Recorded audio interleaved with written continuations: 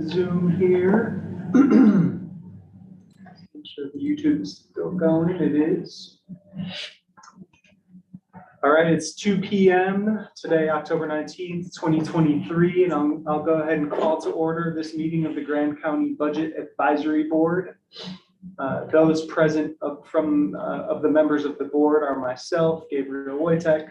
We have Treasurer Chris Kaufman, Commissioner Administrator Quinn Hall, Commissioner Bill Winfield, and then Shaylee Bryant will not be in attendance today. She's out of town, and Commissioner Kevin Walker is not here yet. Oh, and Renee Baker, Personnel Services Director. Sorry, Renee. All right, so we'll move right along here. First thing on the agenda under action items was approval of minutes of the Budget Advisory Board for October 12th, 2023. I didn't exactly follow the protocol that I had followed in the past of attaching those minutes to the agenda when that was done prepared. So if we need to postpone this, I would not be offended. We will have another chance to approve these. But if that is not the case, I would entertain a motion to approve those minutes. I would certainly like to see them. Certainly. All right. I would approve a motion to postpone approval of minutes. Motion to postpone. All right. Motion to postpone by Baker, second by Kaufman. All those in favor, raise your hand or say aye. Passes be 5-0 unanimously. Okay, moving right along here into presentations and discussions. Those present with us here at the meeting from the Economic Development Department are Director Ben Bill. We also have Melissa Stocks and Sky White, and we have Biga Metzner, all representing the Economic Development Department. And we'll go over their budget, their 2024 budget requests. I'm going to go ahead and share the screen here.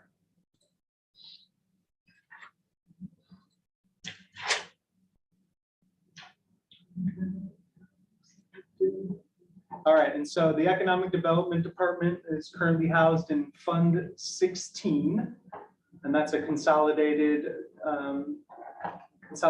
fund that had before been broken up a little bit. There was Fund 23 of the that was titled Travel Council, and there was the creation of Fund 16, partly as a result of the opening up of diversification activity, which has since sort of been defunct, and we might get into that a little bit. But so we're looking at Fund 16 here. We'll start with the revenue side. As we can see, this fund garners the majority of its revenues from transient room taxes, and this more specifically 33% of the transient room taxes that are received by Grand County. The projections you can see there's 1.6 million received thus far in 2023. Projections aren't yet prepared for the remainder of this year or for 2024. That'll be an ongoing point of discussion.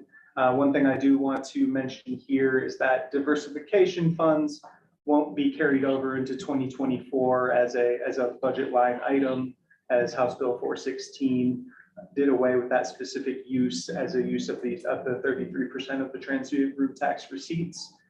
Tourism promotion accounts for 4/5 of that 33%, and transient room tax recreation, film, and convention activity accounts for 1/5 of that 33%.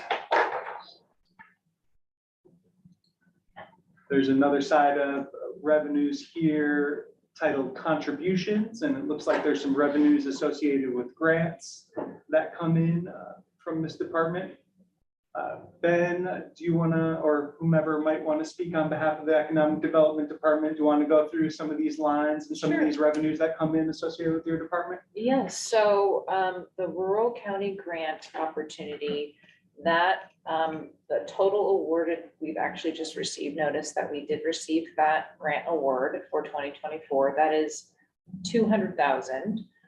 There is some additional funds, and I just want to make sure we're pulling into this account. If I'm, hopefully I'm categorizing this appropriately, but the additional funds above the 200,000 are residual balances that will be in this account at the end of 2023 that are going to need to be paid out to complete the obligations for those funds. Part of it is a 2022 rural county grant award, and part of it is a 2023 rural county grant award.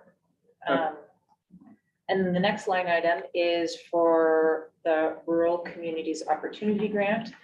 Our grant application is in process, but that is what we are hoping to achieve. So it is in there as a marker to make sure it's available if it is funded. And then you'll also see the 2023-2024 co-op marketing grant that was awarded that will be received sometime between now and likely the end of the year, but will be used in the 2024 budget year. Great. And can you explain real quick what labels is? Yeah, so I believe labels, and I might ask Quinn to elaborate on exactly what it is, but this is income that comes in related to leads essentially for local businesses generated through our tourism promotional booklet that goes out free through the Discover Moab website. Yes, right. Yes. The businesses are able to come in and Yeah. basically pay for the labels that They are pay generated for from the the leads. Mhm. From people who call the travel council, asking for information, then different outfitters, organizations, tourist companies in town can purchase those labels to use for their mailings. Great. Just note for the record that Commissioner and Budget Advisory Board member Kevin Walker has entered the meeting. So we'll move right along into the expenditures. One thing, Gabe, do we need to look in the economic diversification for the remainder of the STAR grant? Yeah, we'll jump right. That'll be the first expenditure family or category that we'll look into Okay. next year. Yep. Can I just say a couple words too before we Sure, start? please, So Thanks. first of all, this is my 24th day on the work site, but 5th week here. So I want to give a big thank you to Quinn for guidance and understanding this kind of budgeting, which is a lot different than the world I came from. I really want to thank the team for stepping up. We've reviewed these numbers a lot over the last 5 weeks. To give you our methodology, we looked at the spend kind of in a flat growth model so that we are we're not asking to increase, or we're figuring it's going to be flat, or there could be a possible decrease in the revenue side.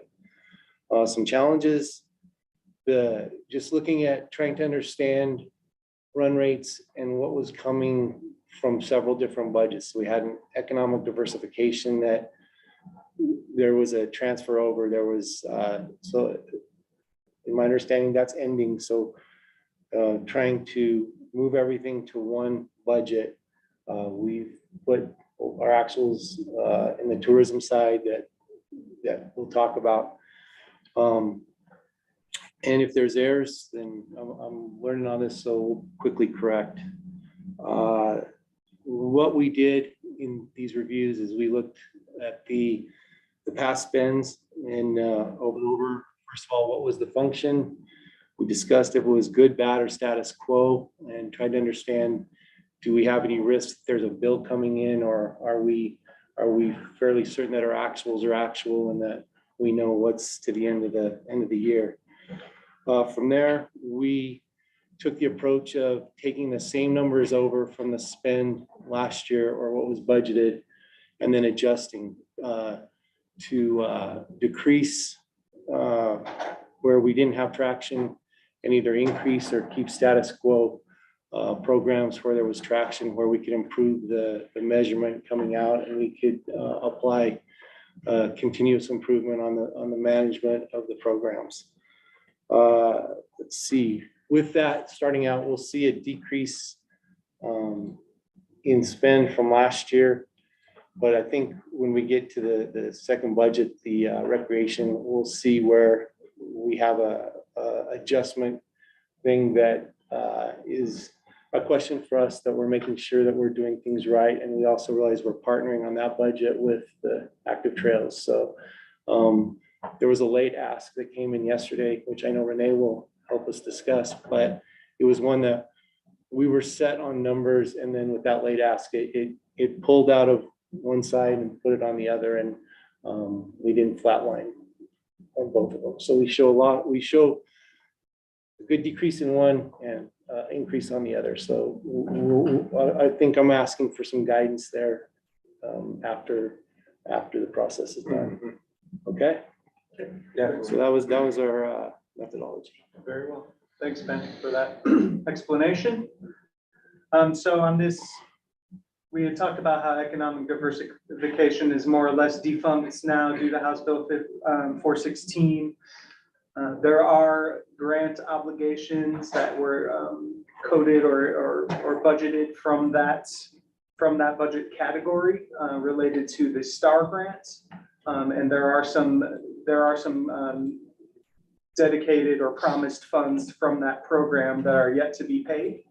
Do you want to give a STAR, maybe Sky, do you want to Yeah. give a quick For sure. reminder of what the STAR grant is, and so what might be these loose ends might be? Yeah, so the STAR grant was a 2022 initiative to support local business growth. And there's a process of, the applicants got their a first check disbursement, but the second check disbursement came after milestones were met and records were handed over to the county as far as full spend to budget based on the project proposals, as well as a midway reporting. Some of those companies are not at a point yet to be able to prove up the spend for the project for whatever reason. My goal is that we can close this out in 2023, but I just want to have a buffer in case that isn't possible. We did extend the timeline for this grant through February of 2024. Thank you very much for that. So we'll go into the, Can I ask a question on that, Gabe? please, yes. So then would that mean if they don't perform on those grants by that deadline, then the money that was given out in the first disbursement would come back, that their grant is no longer valid? I would have to review the contract to see that specific That would language. be, Yeah. yeah, I think that would be, It would That's basically not mean that they question. defaulted on whatever it is they Yeah. were gonna do. So there would need to be some kind of collection process Sure. put in place to Yeah. retrieve money. I'm hoping we don't have to get there because I'm not seeing anything where there's complete diversion from the project. I think it's more about where they are in that project, how far they are, and maybe a little bit of handholding to help make sure. Get them through. Yeah. Okay. But they look, I'm not worried, they don't look worrisome. Thanks for that question. Thank you. All right, so we'll move into rec film and convention category of Fund 16. And again, that's 1/5 of 33% of those tax revenue receipts.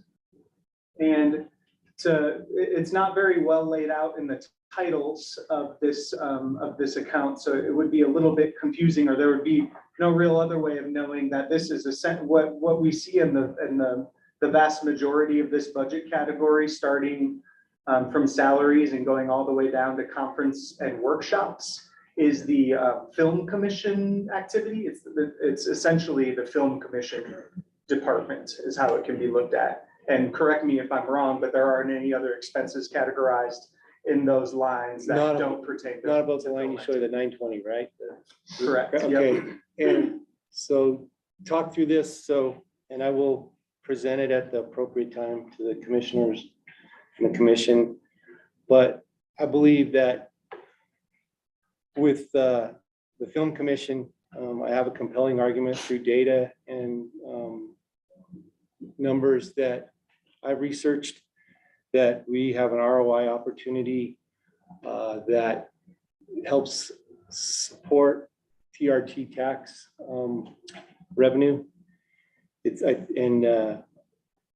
like I say, I I don't think this is the appropriate place to present that, but if you want me to, I will.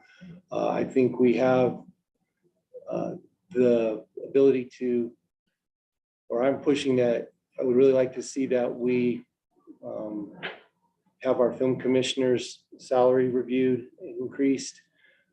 I've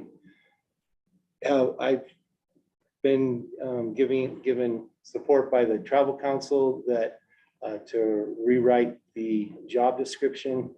Like anything, increase comes with a higher bar and some different deliverables. I think we have an opportunity where we can take, not only go after some other TRT revenue. I've seen it happen just in the 5 weeks I've been here. But also we have the ability to, in our department, start lending out our skills and being collaborative with our partners in Active Trails. And on that side, specifically where they are asking for guidance with Crux Academy and some of the video presentations that are to support responsible recreation. You may have seen today, there's an ask to do a pivot on the strategy and ask from us for some guidance on that. I think we have someone in our office that can be very valuable to that. I believe Maddie believes the same thing. I also have gotten state data that shows actuals in revenue that's hit our 3 counties. There's been some other events that have happened just in the last few weeks where we were able to draw some transactional business into our county through the Film Commission. And I believe that if we support this role, especially in a year where we have the 100th anniversary of Utah tourism, or film tourism, we have the 75th year of our own oldest film commission, as well as the Goulding's 100 year, we can leverage that. So that's why I'm asking that this be supported and increased. This does have some increase in travel. It sends to some film, some.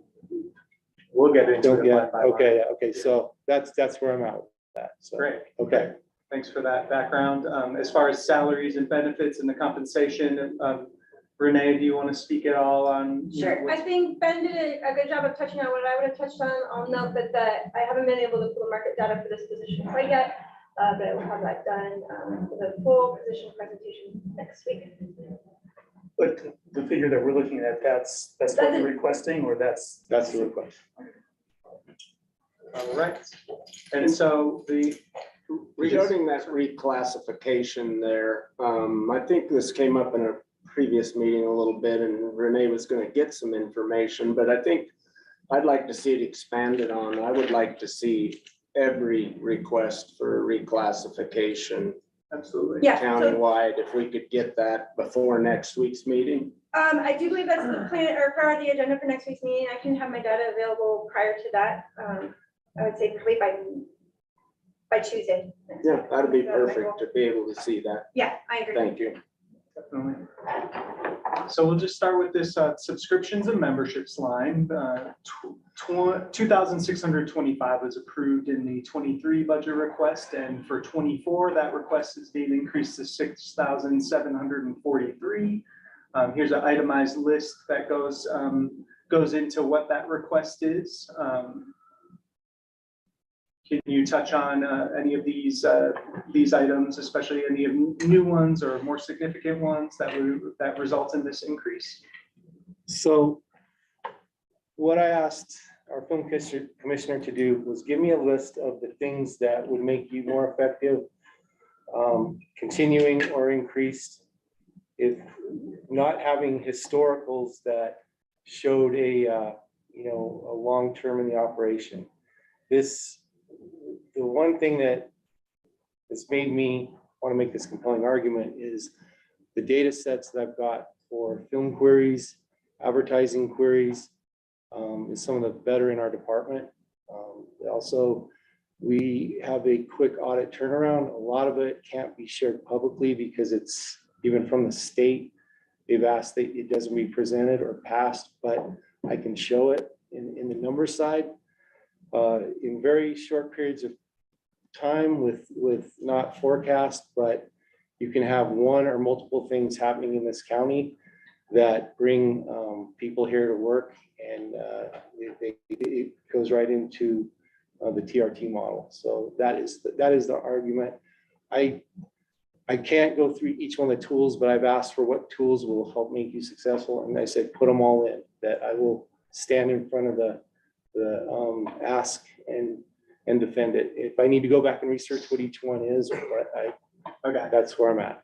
I would say to start, one thing through this process is that we identify, if there are proposals that, use Okay, words like I'll- miscellaneous or I'll to go- be determined. I'll go. We really try to get away from that as the purpose of these sorts of meetings, just to open up as much transparency as possible Okay. regarding this expenditures. So our film commissioner is a certified American film commissioner. So that's the membership on the top, that right there. I believe the Real Scout database is what is a tool that the commissioner uses to look for different. Am I right? It's a scouting. It's the database that is shared with the Utah Film Commission. It is the database that brings in all of the collections of projects that are filmed. It shares our location database. It's an ongoing, it's been a yearly thing. It's not an old thing. And AFCI is, Association of Film Commissioners International. Okay, great. Motion Picture Association of Utah is the lobbying arm for the film incentive program in the state. Okay, great. LMGI is Location Managers Guild International, which I'm a dedicated partner, or the film commissioner, excuse me, I'm a dedicated partner. Okay, carry on. WIC's website is the film commission website that holds not only the Real Scout database for production crew and locations and permit information that is available to anyone. So WIC's is the website. Adobe Creative Cloud is how the film commissioner does their branding, creation of merchandise, posters, and otherwise. Film Independent is a subscription to another entity based out of Los Angeles that includes independent filmmakers. I don't know why Creative Cloud I don't know what the Adobe Cloud 299 there, That's That's part the of the monthly. storage. that's iCloud, that shouldn't be Adobe Cloud, that's Apple. Okay, great. iCloud. For additional storage on the phone because the iPhone that the film commissioner had doesn't hold that amount of storage that is needed.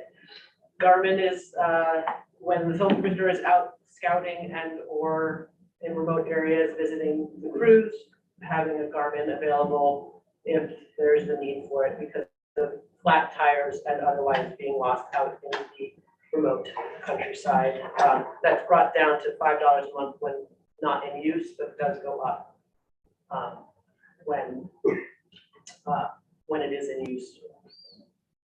So it's a Garmin subscription for one of those in-site little handheld things, in reach, sorry, yes. BLM SRP is the yearly working with the BLM special recreation permit in order to continue holding the film commission competitions and being able to potentially permit those in advance of participants wanting to be to make movies, having some of those casual use locations that the BLM has available. It's a yearly BLM permit. Dropbox is another photo storage. Aspect SmugMug is actually the only addition to this list. Last year's budget was not sufficient to house all of the things that are actually annual, which are all of these things on the list.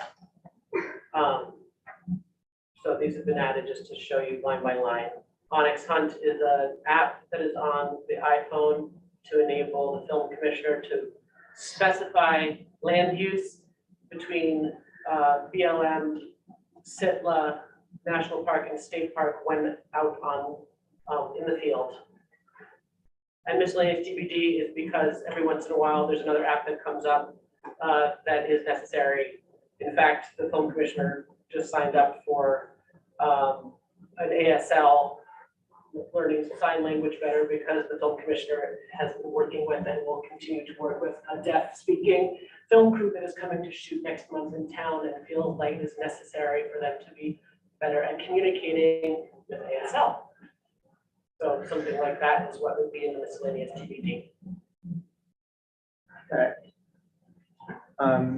Is there any comment from the board at large regarding sort of the, you know, including a line for 580? You know, maybe even just putting miscellaneous applications. Yeah.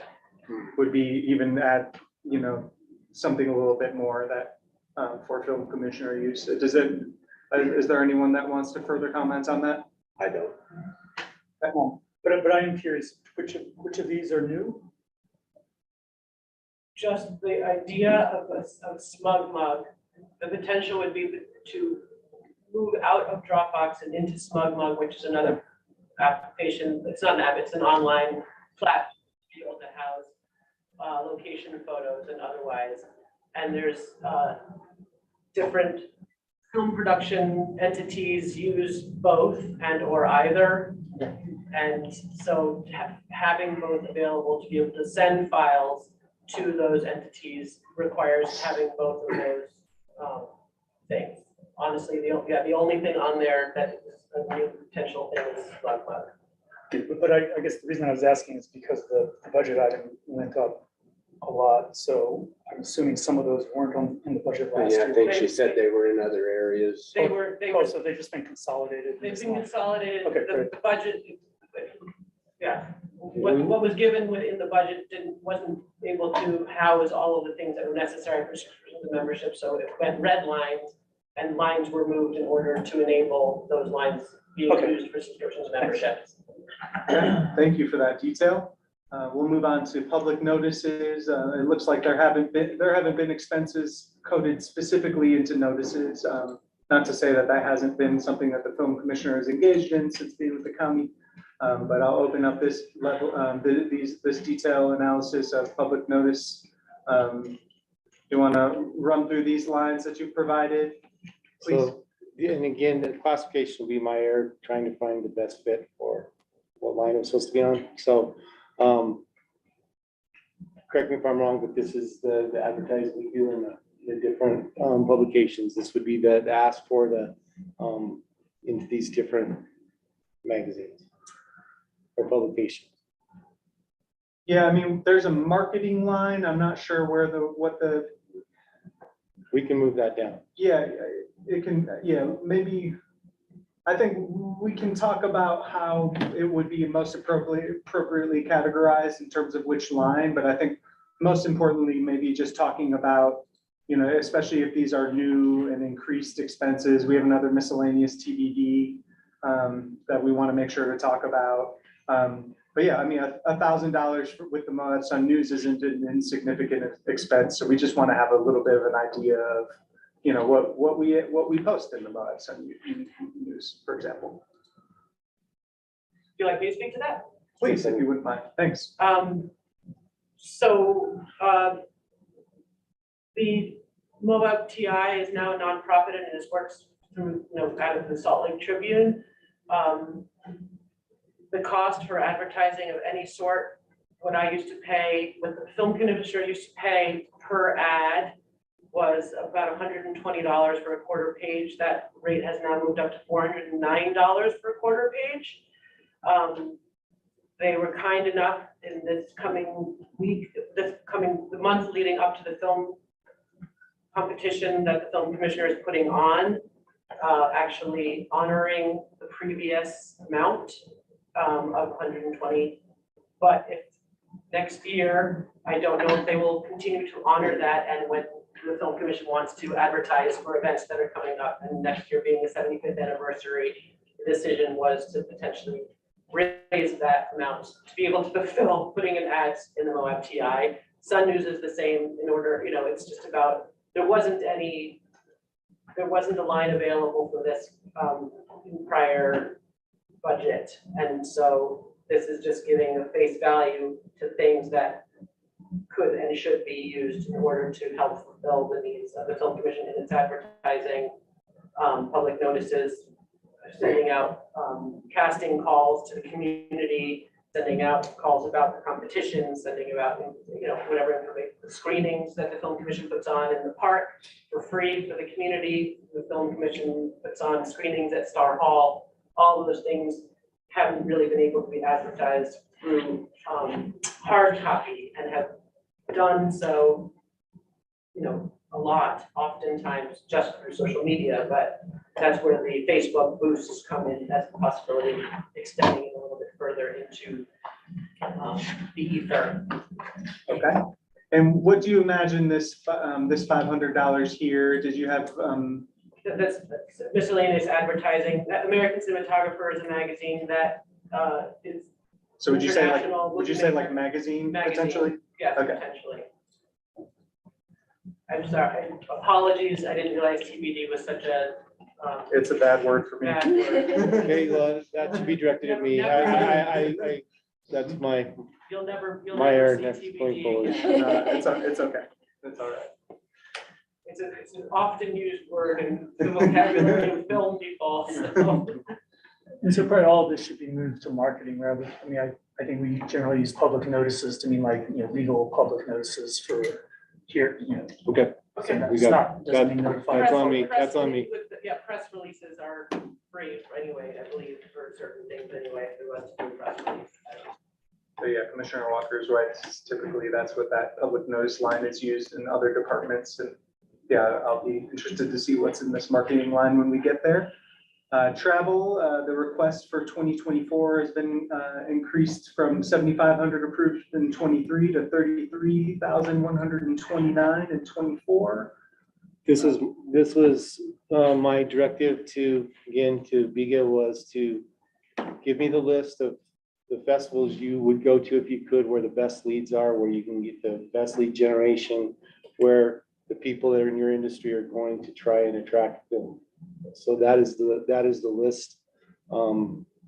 Again, I'm gonna get in trouble on mine, miscellaneous TBD, but Well, it's zeroed out. It's zeroed out right now, so you're safe. But, and we, in our late ask, I will say, we, yesterday, trying to balance things, we took 40-some thousand back out, so, I'll just say that. So. Okay. One thing is not cheap to be in the film industry, so Is the produced by supposed to have a 1 or is that actually 0? that's actually the name of, and we took that out. Has it been removed in this request? What we did is we wanted to show that we had it in at one time and we're leaving it in case someone decided they would like to fund it, we could put that 1 right back in. Understood. Any questions regarding these proposed travel requests? Okay, office supplies and expenses. That seems fairly baseline or normal for the department, though I would say this, these aren't, these are really specific to the film activity and not something, because the film commissioner operates out of your office, so there must be some shared office supplies and expenses. Absolutely. So these must be more specific to the film activity. Right. Half of this is miscellaneous.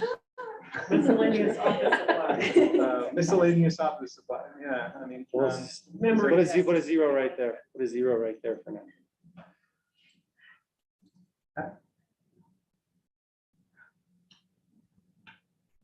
I want to argue over. Happy to revisit it with. some more Yeah, that's detail. we will make sure everyone has pens and pads to write on.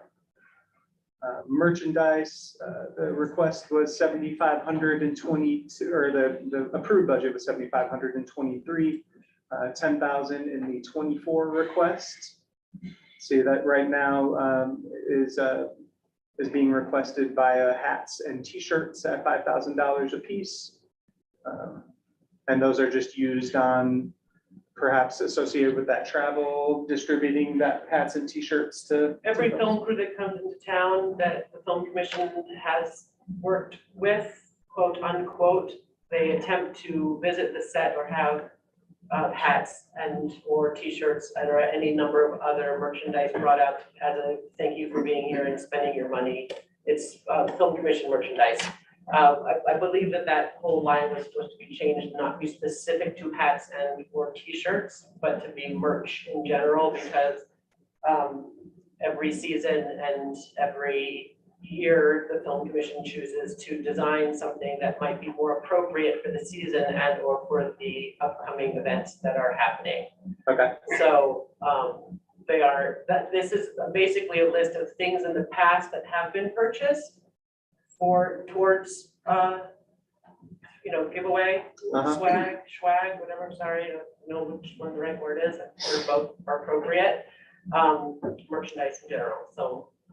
Her director challenged her with in the strategy of this, something that's wearable that may be seen somewhere else that someone may want, or it creates conversation, talks, says what it is, not something that gets put away on a shelf. So. I have some really good stories about that, but I don't want to go there right now. There is no TBD in there. and so we have, so I guess y'all broke out these items from, and differentiated in some way from the other noticing or advertising that we talked about. And so what would you say is the essence of these three expenses that are right now categorized under or being requested in the marketing line at $18,750 for 2024? Looks like these might be kind of registration fees associated with tabling. Is that correct? Or you want to give any more background on that? Or They would be if the events are able to be accessed by the film commission, the actual booth fees or the shared pavilion fees with primarily, there's film commissions from across the United States called Film USA, and there's partnership possibilities available for that, so that film commissions, including the Moab one, could participate in one or another of these. So it's the booth. I mean, it's the area that you market what you do from. So to me, Okay.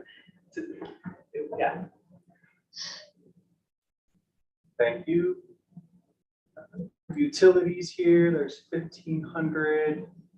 Let's see, is that a cell phone allowance or what? Film commission has two separate cell phones. One is personal and one is work cell phone. Film commission does not use their personal phone at this point and does not receive a cell phone allowance. And so the work cell phone, I would imagine, would be called a utility because for the past year, it has been coming out of the fuel budget. Okay, If there has been a it was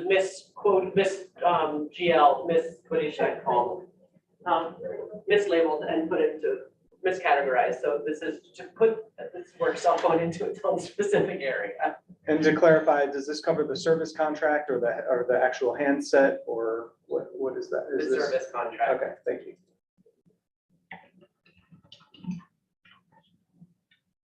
But that changes for Verizon and their monthly fees. As far as I know. Okay, What is our county policy, Renee, on cell phones? Do we have a? Generally, if they have a work provided cell phone, we don't pay the cell phone allowance for cell phone use. That's right. That's why there's no money in the cell phone allowance line. Okay. and do you know what that number is for the monthly for Verizon service? You know, and I don't. I know some of our contracts are Yeah. only $40 a month, so that would be $125 a month. So we can take a look at that maybe. I would like. It was a based average on what I pay for my personal phone every month. Okay. I don't know, the county pays for the cell phone service. The film commissioner has no say in that. Okay, thanks for letting me know. We'll just look over and we might revise this just so you know. to Absolutely reflect not. The actual Yeah, cost. absolutely. Thank you. All right, fuel, it looks like that's a reduction in that request. We don't really need to touch on that right now. We'll jump right ahead to professional services. 2,120 was approved in 2023, and that is being brought up to 11,000 in 2024. It looks like there's a couple of contractors perhaps that the Film Commission is proposing to hire for 2024. Want to go into that? Absolutely. With the advent of the 75th anniversary of the Monument Valley Film Commission, there is hope that there will be a numerous amount of screenings and things happening throughout the year, and there's funding made available for all of the really cool things the Film Commission has ideas for. Star Hall needs an audio sound tech when it is used, and so it's giving an amount that could potentially cover however many of those for professional services for that. The film competition that's coming up next month,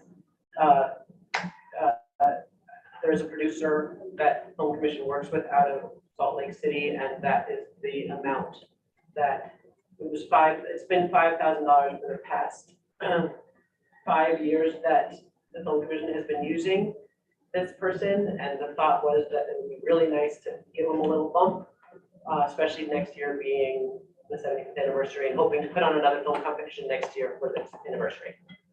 And were these expenses, like say that 5,000 for the competition producer, and then, in the past, it may not have been this year, but were those expenses accounted for somewhere else in a different line, or? The line items were not made available to the Film Commission to pay for this specific professional services, so I believe that the producer for the film competition is being paid out of, a check was just cut last week for half of it prior to the actual competition going on, and I believe it was taken out of the GL FAM, because it is familiarization. Okay. Familiarization. Okay, great. And then, there's back to familiarization. That was a budget line that was approved for 4,598 in 23 and 16,000 being requested in 2024. Let's see. Any clarifications or justifications or background detail that you'd be able to provide regarding these lines?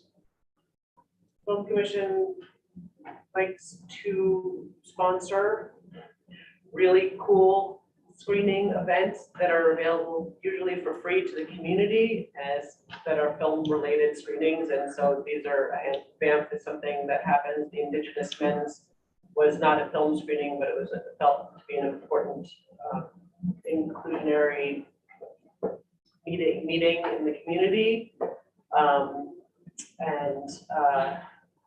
FAM tours is something that is bringing in people in here to show them what we have as a building, to bring them to here when they weren't necessarily already planning on coming here. So something that has been discussed in the past, and something that would like to be continued or looked into further. So just, I would ask one thing that I do request.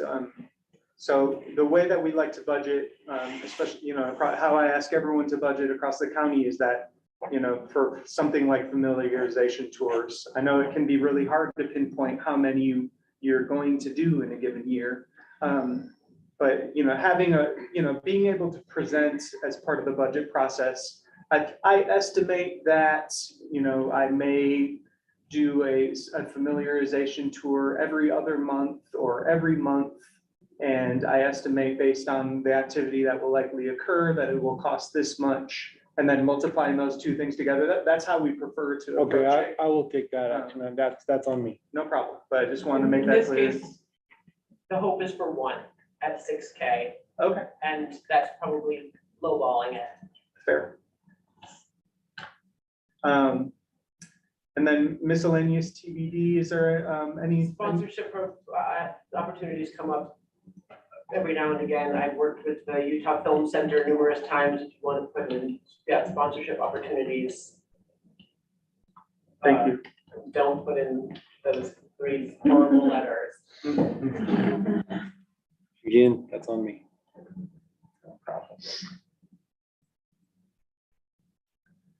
All right, special department supplies, there's a request of $7,000. That's for computer, monitor, and equipment rentals as quoted here in this worksheet. Any detail there about what that is for? Is that, that might be associated with screenings or events put on by the film commissioner or? The film commission has stash of cameras that to be made available to the community, to be able to be used for whatever it is that they'd like to film. It is also made available for outside entities to come in. There's a whole liability, a contract, you know, to be able to rent equipment. And a lot of that equipment is old. There is some newer equipment in it recently from previous year. But the hope is just to actually keep it up to date and upgrade it so that people can actually access it and use it, and it's not just sitting and gathering dust. The film commissioner only at this point in time uses one single laptop. The desktop that came over with the film commissioner from the city is no longer working, and so the request would be potentially to have an actual desktop that is in working order and a monitor to go with that. Okay, so one thing that we'll want to follow up on is that a computer and a desktop, or a desktop computer and a monitor that would be purchased through the IT department. It would still go in this budget, but we would place that in inventory. So we would add an item to the inventory line based on Okay. the So that goes recommendation. in. We may come with that request to show that it's specialized. It's not just standard like what we use for running the rest of the office. Yeah, you can work Okay. at the IT department. Okay, And to be clear again, so the rest, there would be some acquisition of equipment that could be made available by members of the community. There already is, if you, on the website, there is an equipment rental list and the things that are available, but a lot of it is in film language, a Hero camera, which is a GoPro type thing. We're at like, I have a Hero 3 and a Hero 4. I think we're up to Hero 15 at this point. So obsolete in that some of these things could potentially go into surplus or however it is that, you know, to be able to have something that is usable now and up to date in terms of the technology that's being used. And those are made available for free or? They're not. Okay. There's a rental fee that is on the equipment rental list. That is something that, yeah, I mean, the fees are something that is revenue. When somebody rents a tripod for $10 a day, it goes back to. Got it. I'm just asking because I don't remember seeing a revenue line associated with equipment rental, but I might have just missed it. It wasn't really a thing this past year. that'll be, So is that just in a shoebox or where do we bring in that revenue? It hasn't been brought in because it was made up. When the film commission came over from the city, it wasn't active. that's one I'll go Let's address. follow up. I'll go address. All right. That may be a, Need to do that stuff. okay. All right, and let's see, we talked about adding a computer into inventory, phone upgrade. That's That's just, a double count then. Let's just zero that.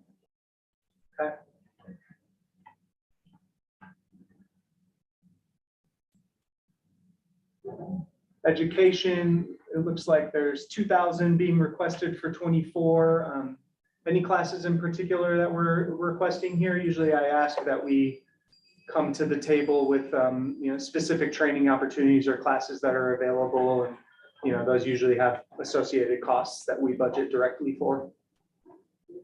That one, I've asked everyone on both sides to give me a number to support going for training. I don't know what those classes are yet. I know everything on the film side is more expensive, so that one, if we need to come back with a specific list, I can do it. I don't know what it is yet. Okay, I won't propose to remove Okay. this request, but I would really, I think it would be good to, it would be beneficial to to add further detail and justification to that. So, You could, additional ANCI, film commissioner is a certified film commissioner with the Association of Film Commissioners International, but there are some additional classes that have been added on to make the film commissioner better at their job. Thank you. That's exactly what I'm looking for. It's that type of it's a detail. credential, but, so I don't remember all of them. It's okay. Yeah, there's a lot. That's a lot of acronyms.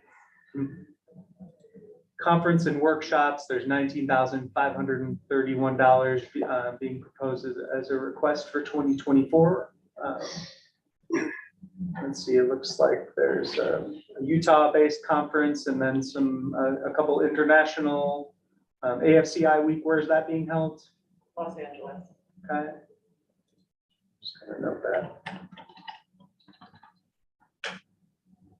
And these are just, so in addition to having a table, I don't know if these aren't necessarily aligned with the ones where you would be having booths and things for that associated with that A market. lot of line. it's networking, I believe. Right. It's getting there and being able to network. Registration and or it's the entirety of the cost. In previous years, travel was considered the hotel, the airplane, and the per diem. And then there's the other part of the actual cost of the registration and all the other parts to it. So if it's something that we need to sit down and clarify where things need to go.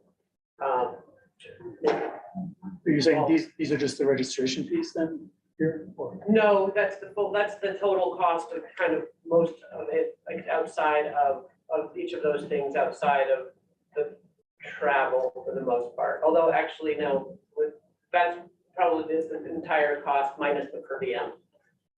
Okay, but these are, so there's some travel in here, but this is separate from the stuff that was listed under the travel line item. Except for Focus.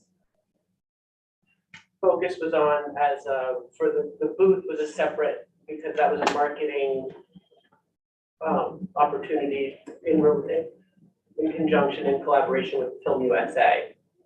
So separate cost because it's not the registration and the plane and all the other parts. The other part was the booth itself. The marketing. Well, we can break it out if you want. Sure, so. Yeah, I it's- asked for the swag number to put forth, so. Yeah. To size it, since I didn't have actuals to go on, so. Yeah, just We in can the break it interest out. of consistency Yep, across happy to departments. do This typically applies solely to the registration fee. Okay. For whatever the conference and workshop might be, the participation fee or whatever, however it might be labeled. And then, as Biga suggested, travel per diem, lodging would be put into travel. Okay, well, that sort of, that wraps up the film commissioner portion of the rec film and convention budget. There is typically an allocation from the Recreation Special Service District, or an allocation that goes to the Recreation Special Service District to support youth recreation activities. And I carried that over, and I think that allocation is going to be further discussed. I care for the purposes of sort of starting the discussion and not leaving it at zero. That's going to be an allocation that will be discussed amongst the commission. Moving down here, we have responsible, I'm going to open up this category. Sorry, I got to zoom out here to the tiny letter word. Responsible recreation transfer. So this is rec film and convention transient room tax monies that are transferred to the Active Trails and Transportation Department to support responsible recreation activity done by that department. There was $231,000 approved in 2023. There was a request by the Active Trails and Transportation Director of $242,077. And that has been increased to $367,000. I would like to get that into a little bit what you were more about where talking that about? could. That's what I was talking about. This is what, this was the late Let's pull ask that up a yesterday little bit. Yeah, so that, so I, there it is. this is one where, Okay. Renee, do you wanna? Sure, I can touch on this. So Maddie and Ben and myself had a chance to chat a little bit about this yesterday. The staffing cost was what would cover the proposed increases on the responsible rec side. So that includes all of the trail ambassadors, the responsible recreation coordinator, and they do have some grant positions within the trail ambassadors where there's a grant match, so some of that is covered. Some of the salaries are covered, but the benefits are not. And the 278,000 includes their request for the total number of hours for the trail ambassadors in those positions that are under responsible recreation. So this is late arriving because you hadn't done the staffing numbers until. Yeah, and Maddie, we had been working to kind of pare down some of the hours in that request that we saw from GCAT, Grant County Active Transportation and Trails. This 278 is where we've landed on the staff hours for the recreation, or the responsible recreation program side of GCAT. Okay, so it looks like recreation and film share a funding source, and they're both asking for significant budget increases. well, as I understand it, this is the one that's defined by the House bill. So it's the 20% of the, Right, yeah. Right. so where, all I'll say is, when we go into the other side budget, I don't want to speak for the active trails because we were supporting that, but did that get moved in here because this is where only place it qualifies, or because we had a number that was in our budget to cover this? And like I say, this number now, if you look at the top, I think this represents close to 50% of the budget. But how would that department be allowed to come back and increase such a large amount out of a budget line that's shared by somebody else? How's that work? Well, I think we have to sort it out at a commission meeting. Yeah. I think just, So we've it's got just two- an two- ask. It's an ask. Okay. So, Yeah, that's a big one. All those other lines are asks. That line is also an ask, and we get to decide Okay, how, okay. which asks Yeah. we go along. Ooh, But we're not going through the detail like we went through the detail about. But in I think effect, it is worth pointing out that, there's no, if we think that both are important, we can start use general fund money, for one or both of these, and that's something that's not off the table. So, the combined recreation and film budget doesn't have to be exactly the same as what TRT is each year. It could be less if we can't figure out how to spend that much money. And if we think that aspects of these programs are really important, then we should be willing to pay for them in other ways. So I think that's the conversation we need to have.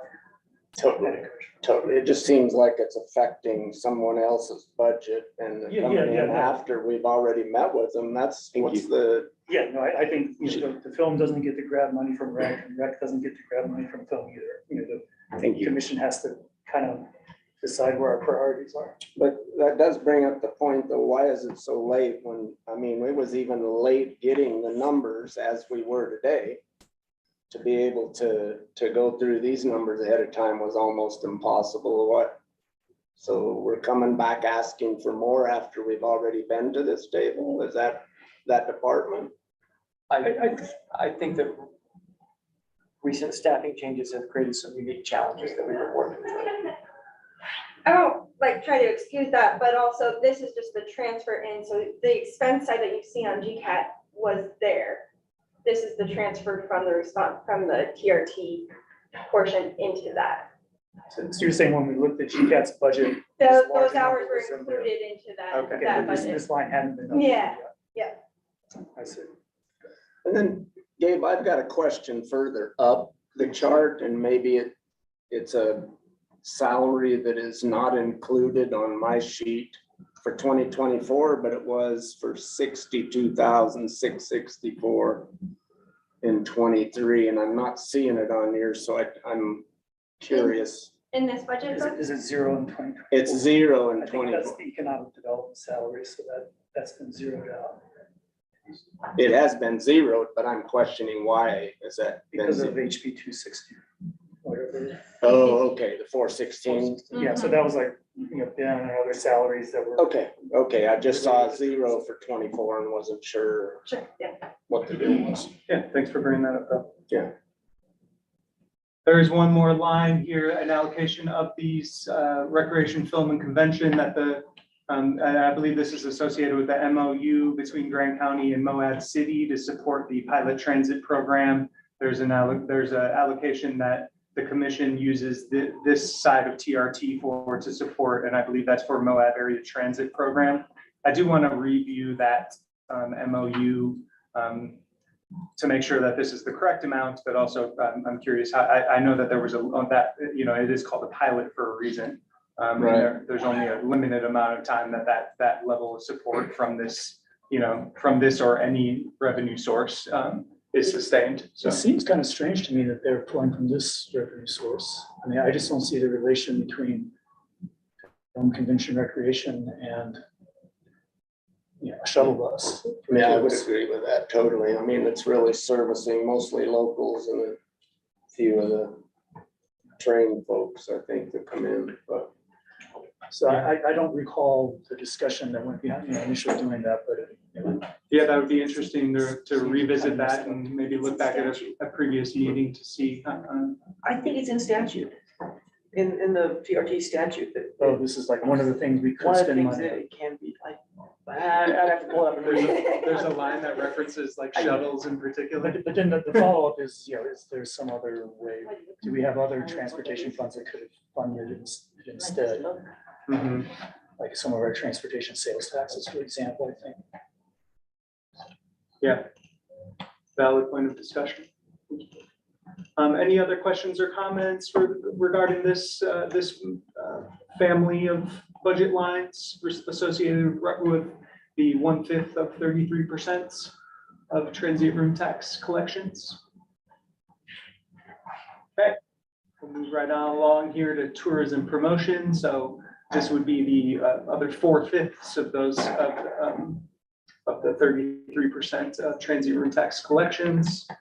We'll start with compensation. Renee, do you want to give us Yeah, an overview of before you proposed? Quick in there, Gabe, I just want to make it a note to the public and to everybody here that why it looks like it's gone up by 50% is that diversification money was budgeted for in 23 and almost split the salaries. I think it was a 60-40 split that we had set up in there.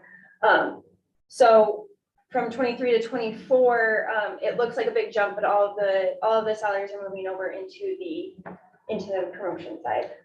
So it's not like we've got more employee hours, it's just that those. It's just employee that hours are being those, credited that to the this account rather than diversification diversification. budget was closed out in 23. Kind of wrap that up in July.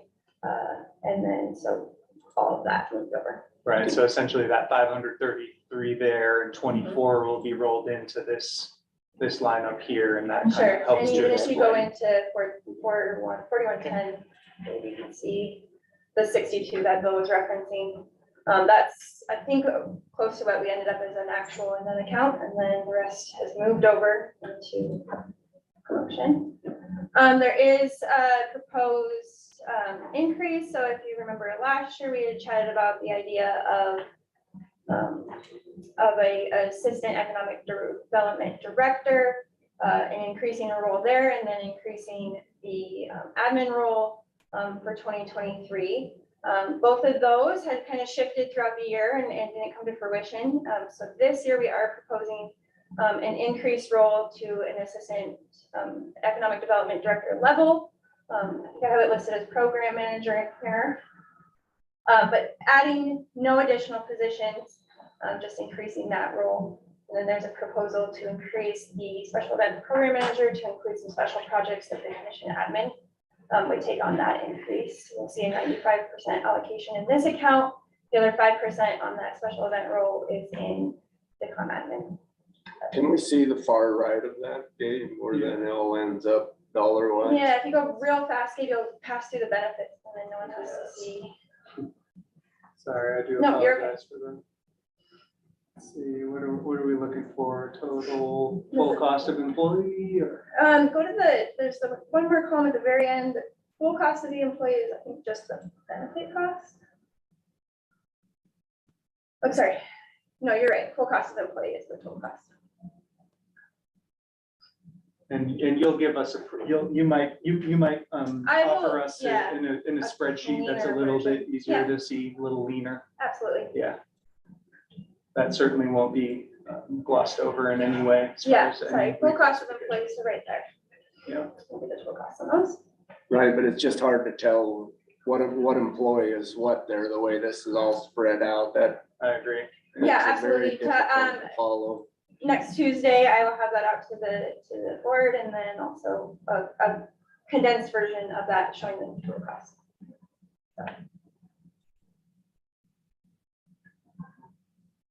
So we're gonna start with the travel line. For the economic, representatives of the Economic Development Department. Yep, I will, just a second here. There it is. All right, so that's all laid out very nicely as far as the individual events proposed. Not a single TBD. Which, that's because I didn't fill this out. But, on some of these, so we put these in, or several of them, we have people traveling, including myself. I'm not sure whether I need to be at some of these or not, but I wanted to put them in the budget in case it warranted having the director of the office, and there was traction here. So these will all be reviewed, but I wanted to have them in there so that it was a go, instead of asking after. Not knowing what all of them are yet. I mean, that issue, of course, comes up with every department every year. So as I've heard, over and over again, I think what we typically try to do is just make an accurate guess without any padding, with the understanding that if it's okay if some of these lines, go Okay. up. It's not like, the sky falls, you have to revise your budget. And so I think coming out of this budget, we want kind of an accurate prediction of what we're gonna spend. I would say that's accurate today. For instance, the first week I was here, I went to the Utah Tourism Conference. I understand now why I was supposed to go to that. And I'm trying to understand these ones if possible, but if you're saying we should take it off and add it in later, we can do that. There's only a couple like that. I'm just sort of saying as a general, I mean, I think in some circumstances, in these sort of large organization budgeting processes, people like to put their budget higher than what they think they'll actually spend, just so it doesn't cause any flack. Which is logical, but I think we encourage people to put the budget at your best guess of what you'll actually spend, with the understanding that, people sometimes go over the budget, so it's. I think you'll see that in the further lines where we did others, but I hear what you're saying on that. So we'll do that. And to make sure that we're on the same page, what's encompassed in this travel line is lodging, per diem, It's and. complete, Flight it's complete, it's complete. Thank you. And so that's a $16,600 request for travel out of this tourism promotion category of the Economic Development Department in Fund 16. We'll move on here to supplies. There was 2,000 approved in 23. That request is being increased to 4,000. Any particular reason that request is being So increased? we were thinking to have 2 new iPads 2 new iPads? Okay. for the staff. So, and did you get a quote for how much an iPad would be from the IT $1,000. director? How much? $1,000 each 1,000. iPad. Okay. So I'm gonna go ahead and just. The other move that. 2,000 is for paper that we use in the office, some Sure thing. supplies for. Now, wait, do you anticipate to be at 2,000 before the end of the year? You're only at 700 right now. So what Quinn's saying Is is that the actuals here for your, Is that our paper for the brochures? I'm not Yes. sure if the, men's office equipment is hit that yet. I don't know. Isn't there like a 2-week delay? There. I'm guessing we might be close to that number. I mean, I'm not offended by 2,000 for an office's supplies personally. Admin services, 20,600. That was approved in 23 and carried over into 24. That probably applies to the charge from the contribution to the general fund in exchange for HR and billing and all of the things that the county supplies, because the Economic Development Department is in a separate fund. And so this is a contribution to the general fund for those services rendered. Utilities being carried over. Looks like the next one where we have a change. There's a request of 5,580 for utilities, 500 for insurance, 2,000 for fuel. Those are all carried over from approved requests. I do see that fuel hasn't been really spent. Is that a line that you expect to use differently this coming year, maybe with a better understanding of when and how the fuel line is used? Where is your fuel being coated? Is that being miscoated? Why is it higher? Well, we That- just that was a like question I had. what Ben said at the beginning, we just maintain flats most of that item. So this is a flat item that we copy from twenty But I twenty-three. see what you're saying. The actual is wrong. The actual is wrong in the fourth quarter. So that was something I was There is struggling with as well. Fuel charge in the film. The gas prices have gone up, right? Fuel account, so maybe it's getting combined.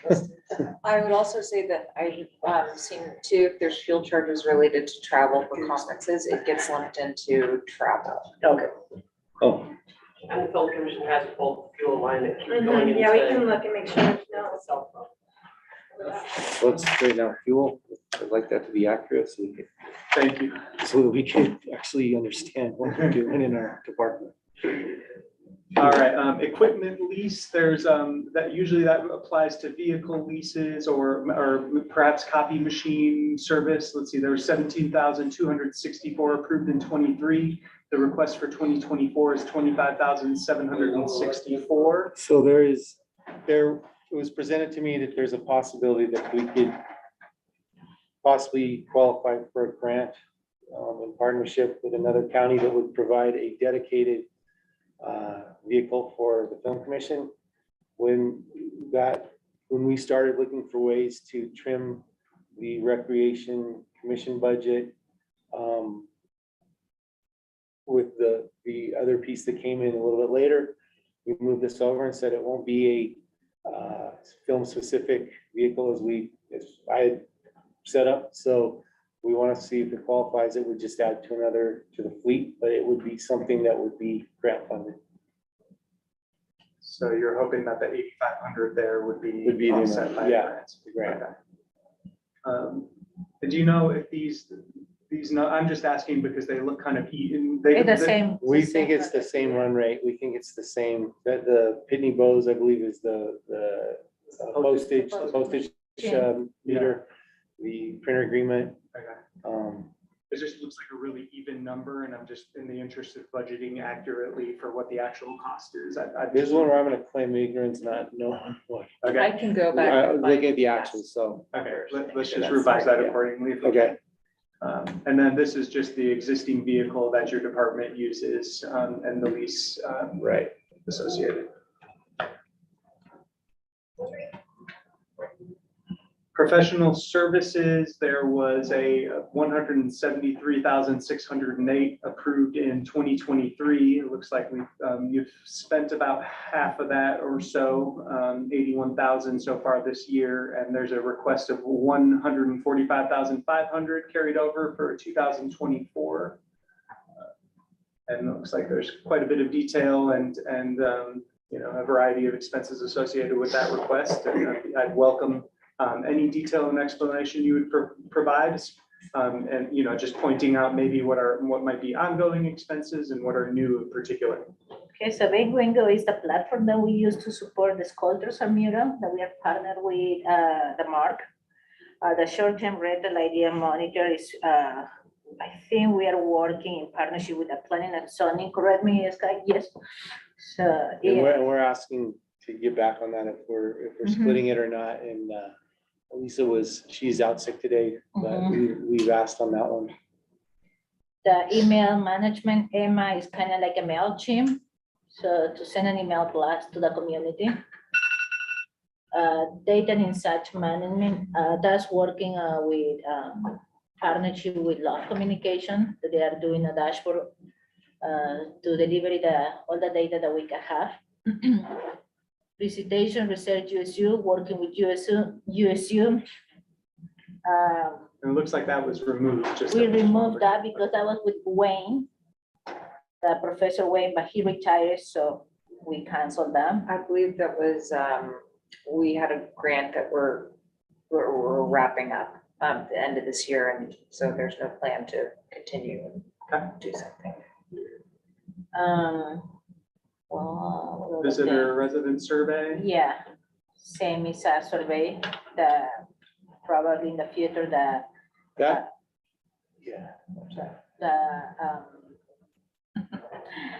the consultant would use.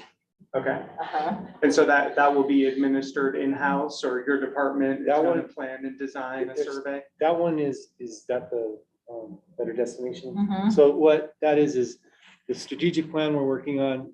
There is a data point with Better Destinations that may give us a more traction on the strategic plan because it ranks us, it gives us a data set through their guys.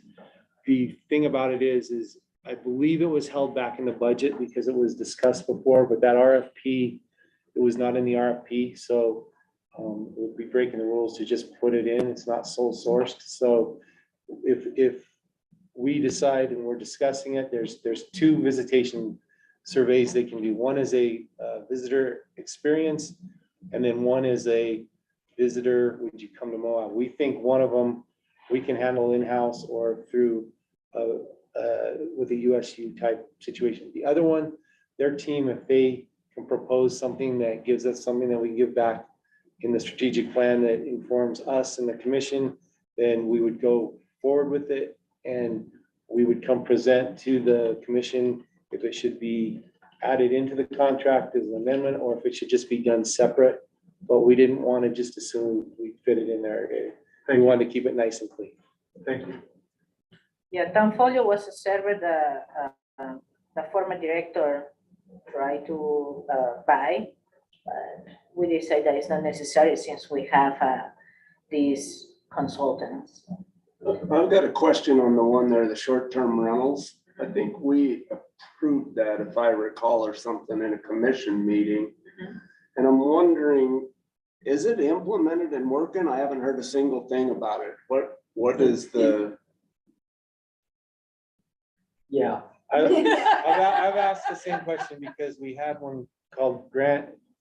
Granicus that's Right, wrapping this up. replaced, I Yeah. believe. And I've actually had some queries to use a tool like that right now. And I'm saying in the same situation that we have to get this. Yeah, I think I'm they- curious. I know that's been like, for sure. And planning and zoning's been working with that too. And I think that, trying to give an analogy, they've started the car, they're letting it warm up, but they haven't put it in gear yet. what Yes. we've paid and it's on, we just aren't utilizing it. I think there's a It's translation just, issue. there's a kind of a transition period, we're waiting for that data to start flowing in. Oh, I see. Okay. Yeah, I was very curious when we saw that come. Yeah, we through. are too. We've been waiting for it. I'd like to see some Yeah. numbers. I seem to remember that conversation when it was being approved, where it was like, oh, can we hold off in starting this contract until like the spring when we start picking back up Right, again? exactly. Rather than start Maybe paying that's it what it now when was. we start getting slow or something like Okay. that, or in the winter, but that seemed like we really had to jump on it, and yeah, there might be an unfortunate delay in getting data, but it's a good question. Townfolio, looks like it was left off of this budget request. Yeah. We looked at that. We don't think that Yeah, adds value to necessary the for- department. Yeah. Adobe Creative Cloud, this is a cloud that Robert used to keep all the pictures that we have. Currently, So that's cloud storage, or is that software? it's the Photoshop, all the. Okay, got it. And there's two user licenses for that? Yes. Okay. All right, carry on. Sorry to interrupt. CrowdRiff, CrowdRiff, a platform that we're using for our social media.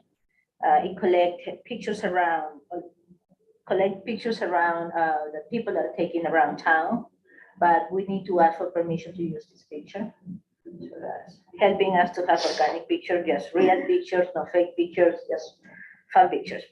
They're And also, also, we are working with responsible recreation, since we are doing the sustainable tourism, that we are working in partnership with responsible recreation, that they can use this platform to look for more pictures. we just met with the founder, and there's some more functionality that we are going to use, which is the ability to ask for demand video clips. And so for instance, if we said, or our partners in the trail said, we need a video going up Fins or one of those bike trails, they would find a local person, do all the contracting and quickly get the content that we could use. So, and then on the social media, they're measuring social media performance, and we will tap into that too, because it will help us to have a metric that we can use to manage down and make sure that we're using our social media in a way that's effective, and also to manage up so that we can communicate to the commission and my experience that we're showing either an improvement or not. So. Wonderman, for next year, we gonna put 0 on the budget because it's taking care for on trail mix. So they're gonna care the contract, and they're the experts in the trails, so that's why they need to have a better relation. So the Wonder Map project is continuing. It's just Yes, nothing funded. yes, we have a conversation with Mari and decided we're gonna do that. Or at least give a chance for the next year. So, yeah. And then a special event analyze the approval. This is a platform that Kate is using. Special events, processing and approval, yeah. Yeah. The international marketing consultant, Emma Glover, is focused on the European market. They help me to understand what the European thinks about MOA. For example, about Arches Time entry reservation, they love that because they understand that this is a value that they're gonna be on time on the national park, and they're gonna be inside of the national park. So it's kind of like a feedback of the experience here in MOA. Website hosting, we have a couple websites, domains that Robert likes to keep just in case for future strategy. So that's $2,000.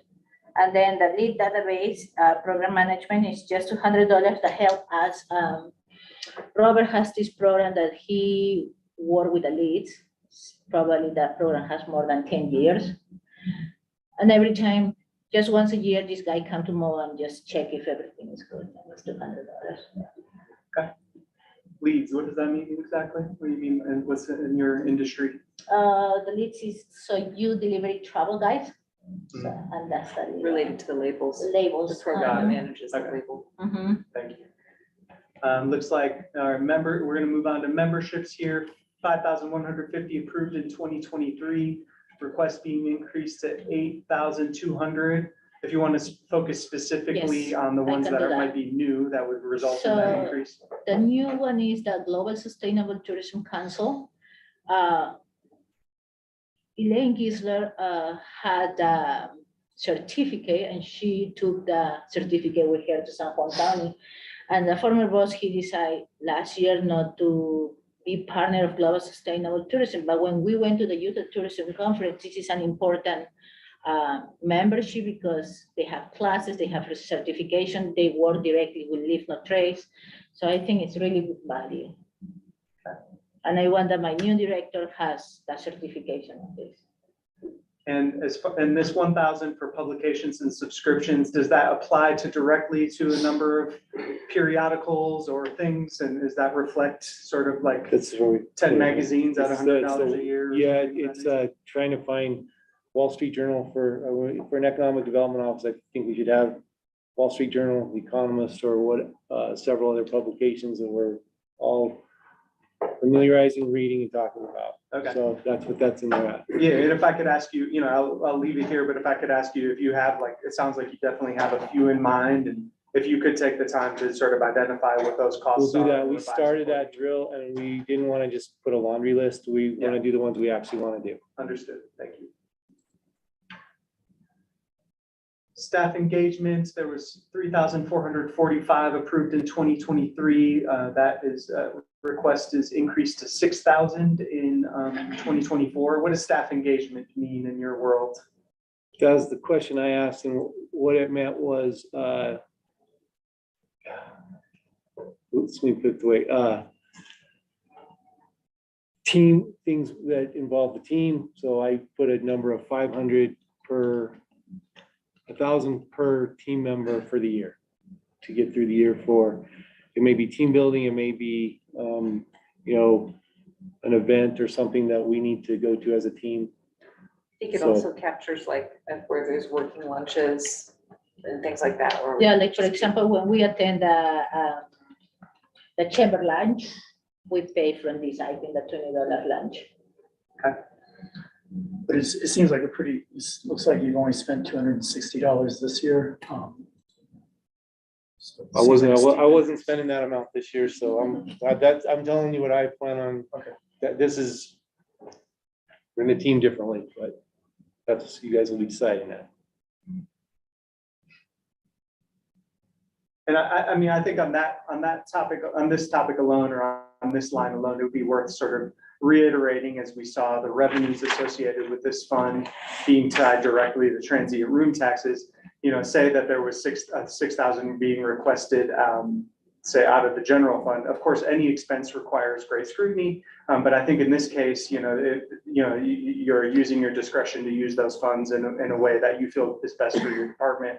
I think typically departments that are funded primarily or wholly out of the general fund, there might be some heartburn over a request of that nature. But So, if we need to do it the other way, I'm happy doing it the other way too. No, Tell me what the I think- I request. support your approach. Thanks for the reminder, Gabe. Okay, yeah, I was saying, give me the rules, I'll play fine. It's fine. Let's see, there's a line here, responsible rec advertising. That had kicked up. There was originally 251,000 approved out of tourism promotion dollars for 2023. As a result of House Bill 416 and those monies that were reallocated from economic diversification activity through the rest of this year. So that was ultimately brought up to 301,445. I'm not exactly sure as far as an end of year transfer. I don't think that full amount is going to be spent. This- Yeah, and this is the line item where, what we talked about earlier, the heartburn of it coming out of this and going into the other one, and maybe that was done in, because trying to fit into that, the proper category, but that was the late ask, that it got moved out of there and into the other budget.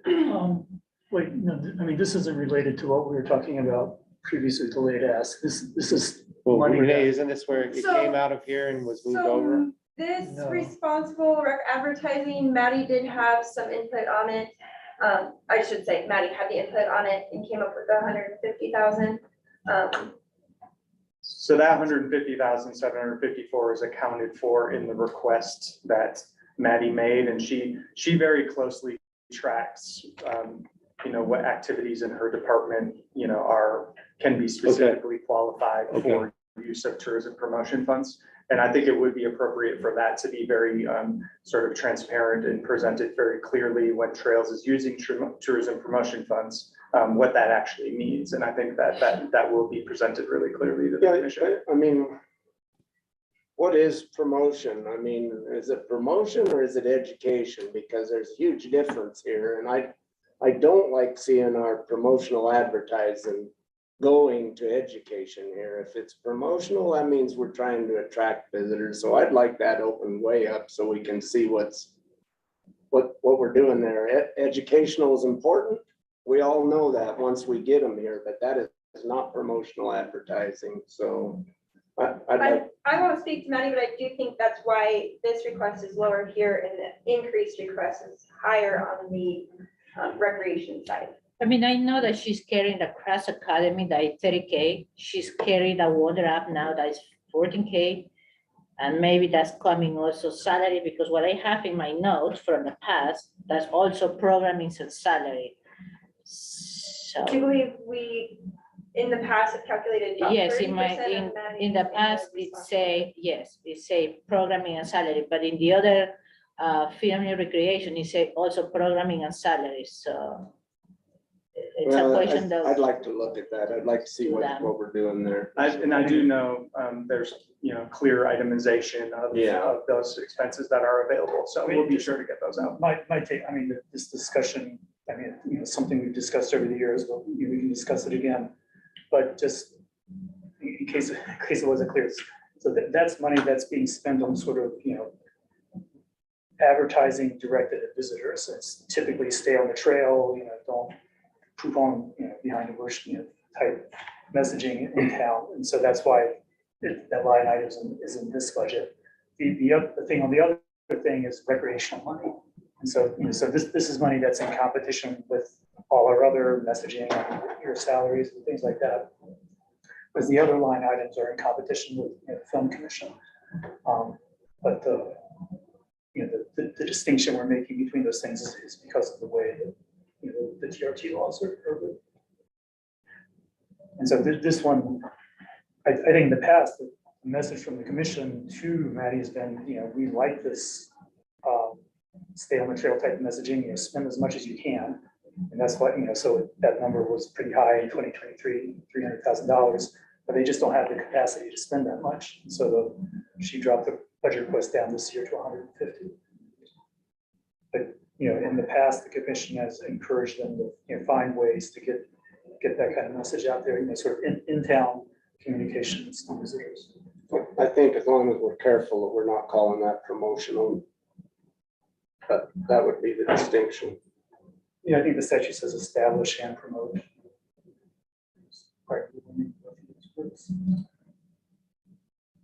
Just gonna open up this cell phone allowance line just to see how the request tracks with the actuals here. If I can, it's hard to like. Do a breakdown.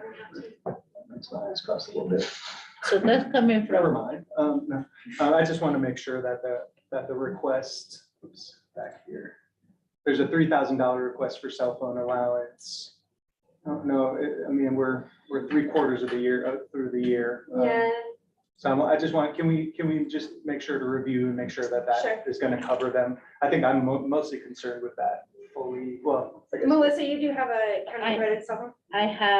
I received $20 each right. paycheck, That's right. Okay, good. so yeah. And also just the time period. where we And I have a think director. Robert does the same. Yeah, That explains it. but yeah, I'll double check that. So, Mhm. okay, yeah, thanks.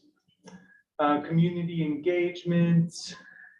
And again, I just wanted to bring that up because it seems like maybe we could even bump that up a little bit to Yeah. account, especially if we weren't paying a director for a little bit. Community engagement, Can 77,500. you put bigger, please? Yes, I will. Yeah, for sure. 77,500 was approved in 2023. 75,000 is being requested for 2024. Still change, Joe. Looks like there's a few itemized expenses associated here. Do you want to touch on these real quick? So I would like to talk about the art trail. So this is a kind of like a partnership with the MARC that we always support the sculptors, murals, and when they do the event, that's the $10,000. And I don't have knowledge of community event grants or community engagement. I don't know. Scott, you want to talk about that? I know that it's been important for the commission and the community to offer the community event or special event grant, but that's not been solidified or determined or an amount allocated for that yet. So that's in there as sort of like a starting place to consider where to go from there.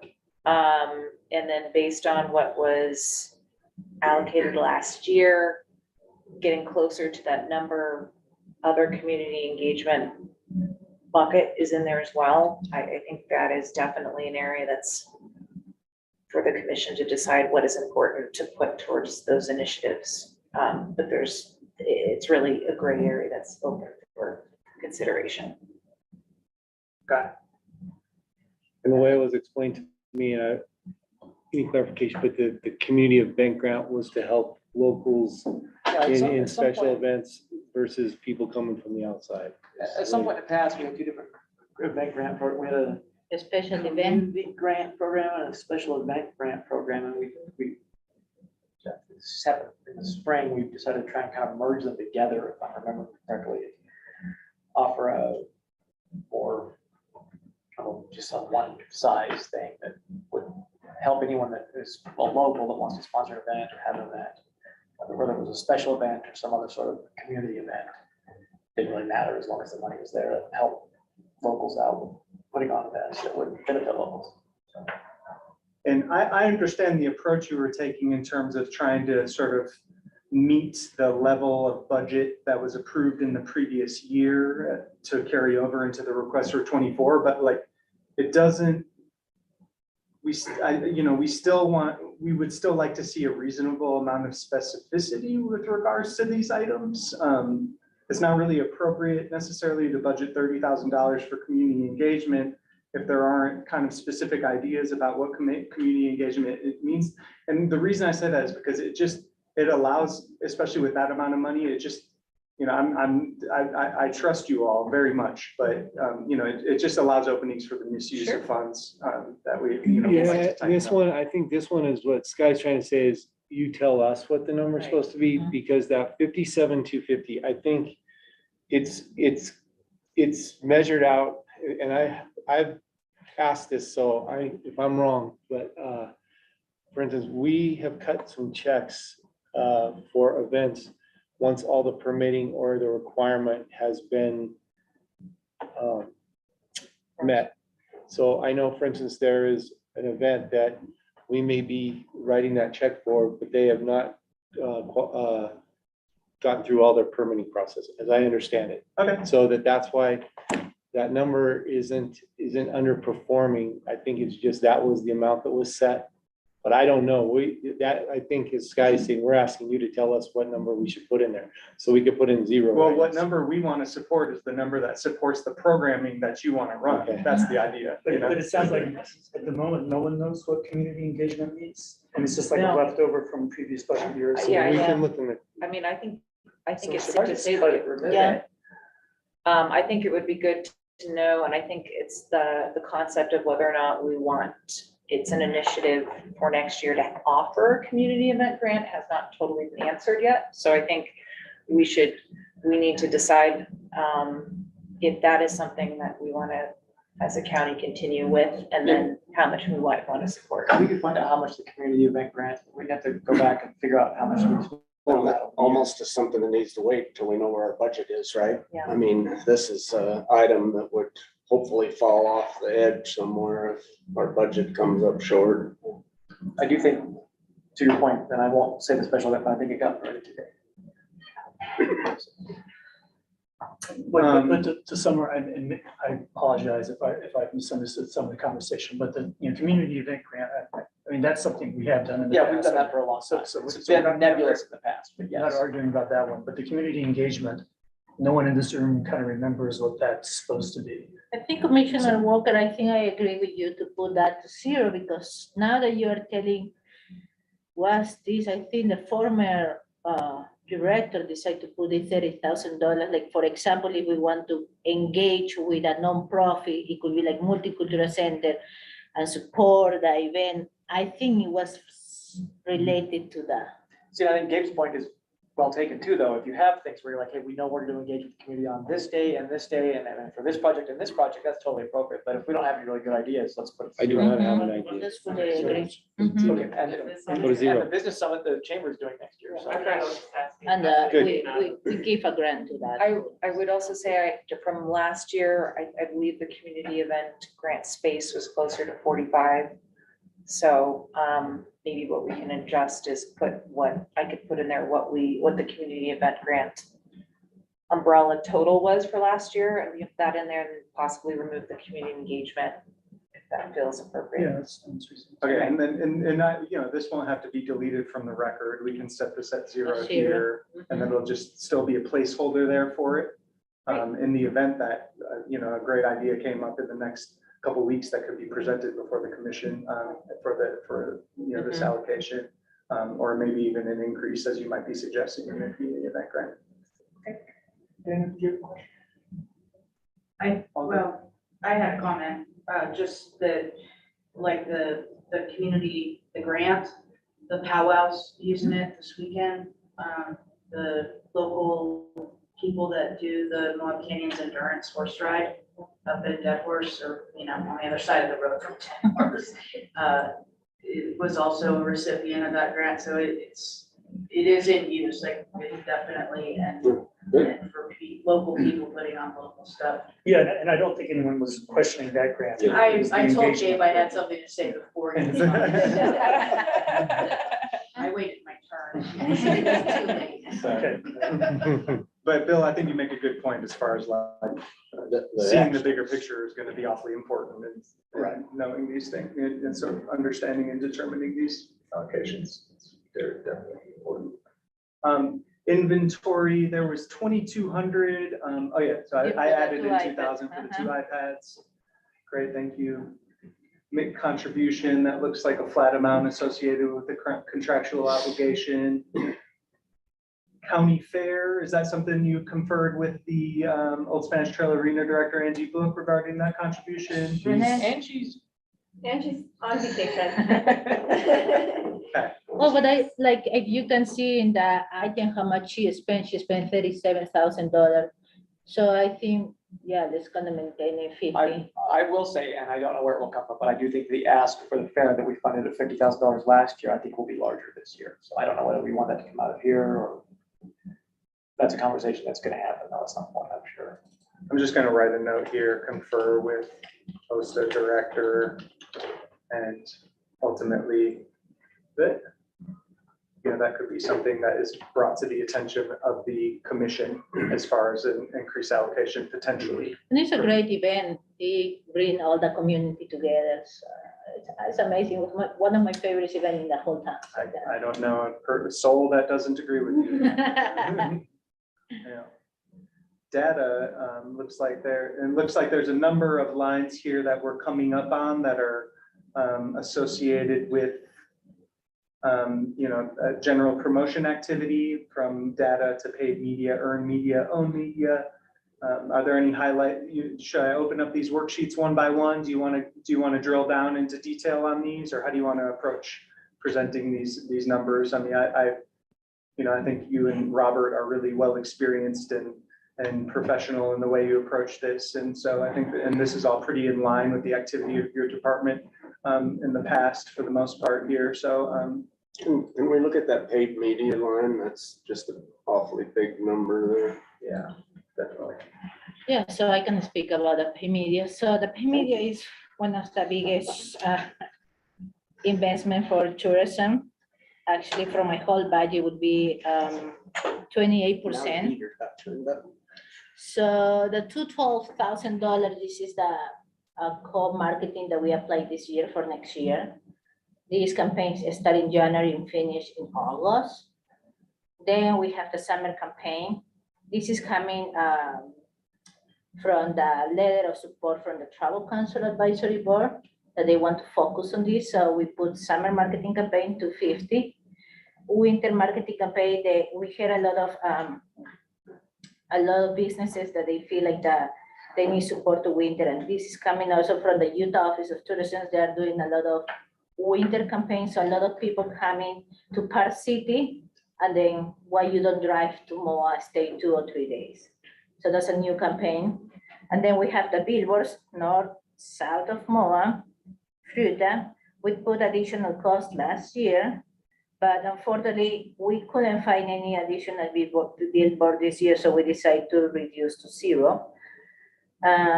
Billboard maintenance, this is always good for $1,000. We don't need anticipated cost. The international co-marketing, these 3 items, I work directly with the Utah Office of Tourism and partnership also with other counties. And, sustainable tourism is important in internationals.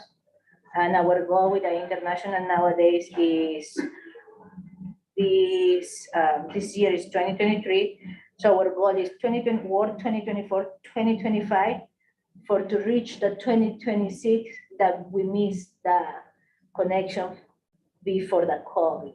So our revenues coming from international need to hit on 2026.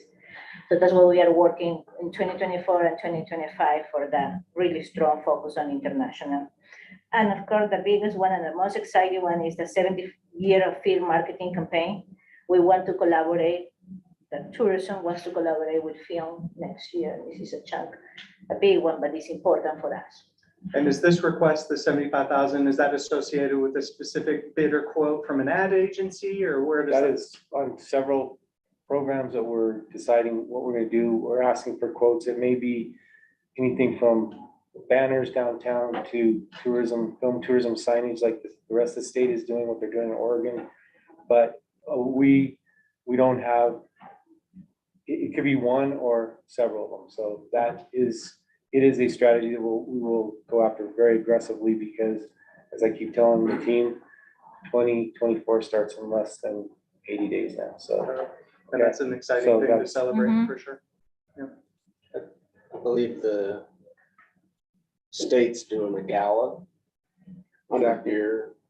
There's a Sure. presentation Ben can speak to if you want to. Yeah, so I'll talk to the commission and all about that. So yeah, there's statewide, and then all the way down to Goulden. So there's opportunity for, to jump on what's being done, as well as to some of our. It looks like This data is was carried, data. sorry, this was carried, the number requests from 23 of $111,700 is carried over identically to 2024. So it looks like a series of software solutions that we use that remain unchanged. Is that This is correct? part of the contract with Love Communication. Okay. So this is the dashboard that they are creating, and they are using these tools.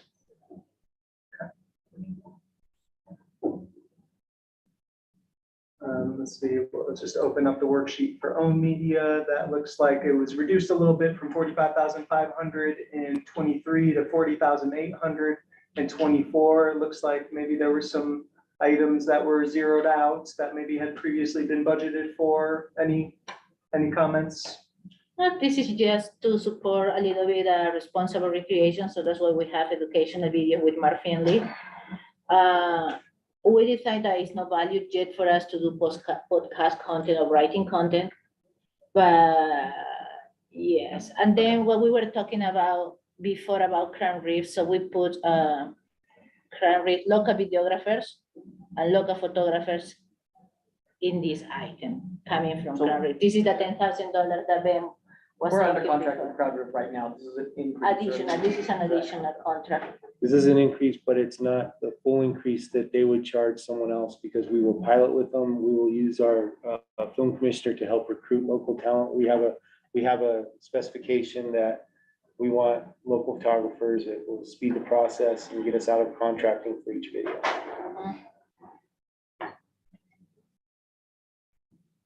Let's see, we're gonna jump down here to travel trade shows. There was 18,250 approved in 2023, a request of 33,600 for 2024.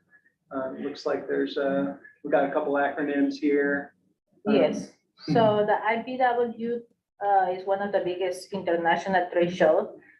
Next year is gonna be hosted in LA, but we always share the booth with Capitol Reef. So we share the cost.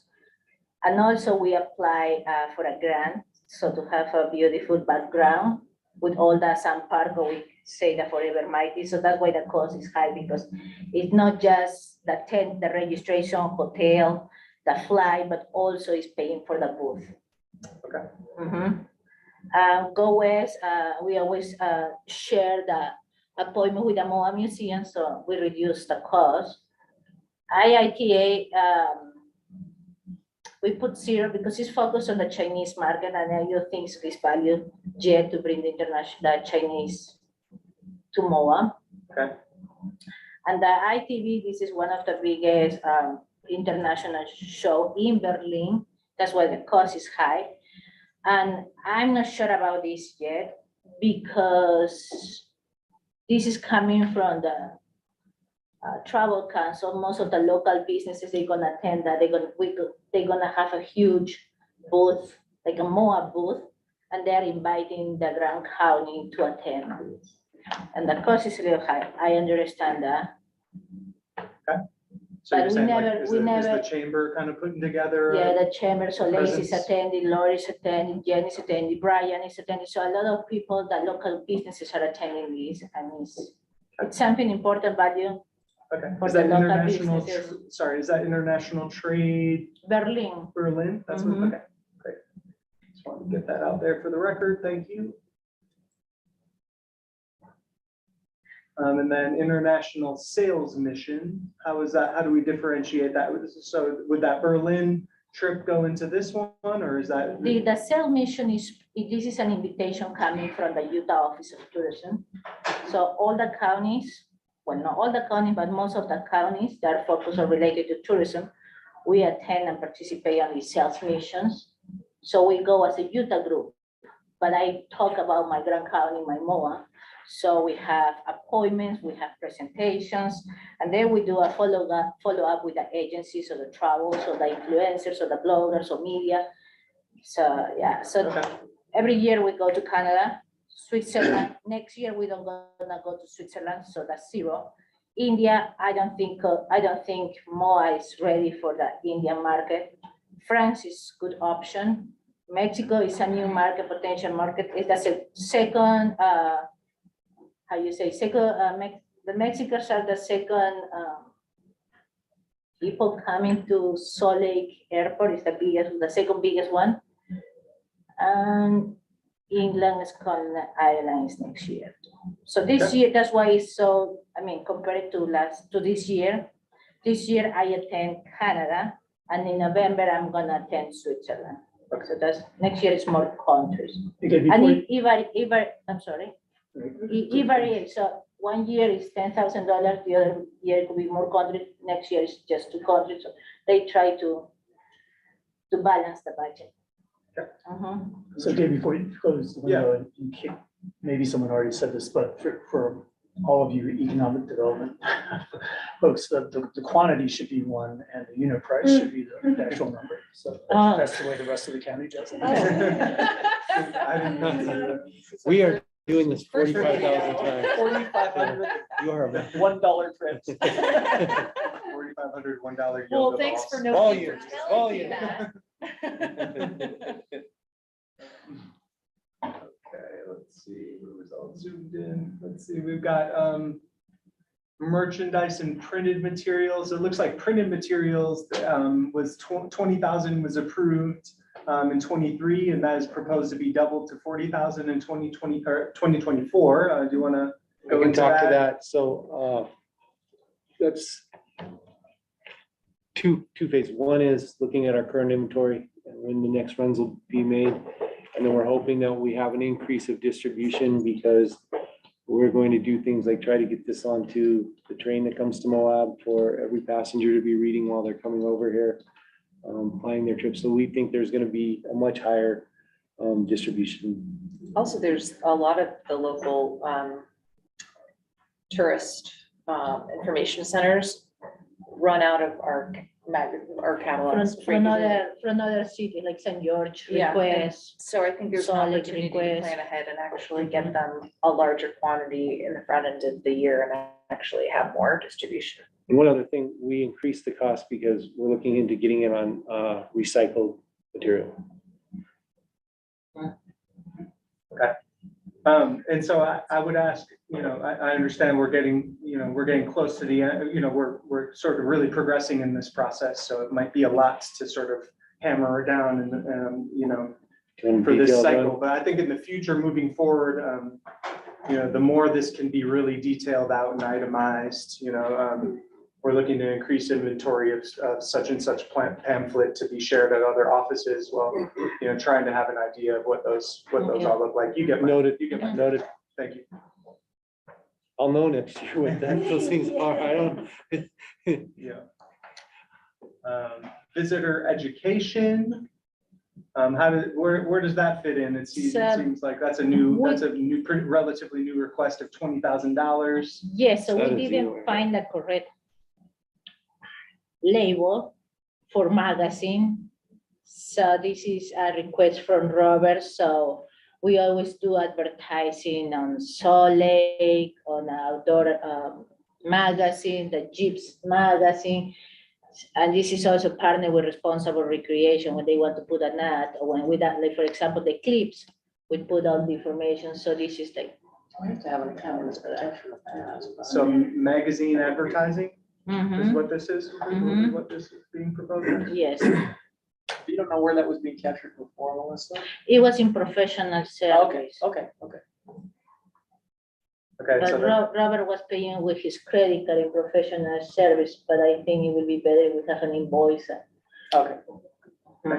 so that's $20,000 being proposed for No. visitor education via magazine advertising. Mhm, Creative services,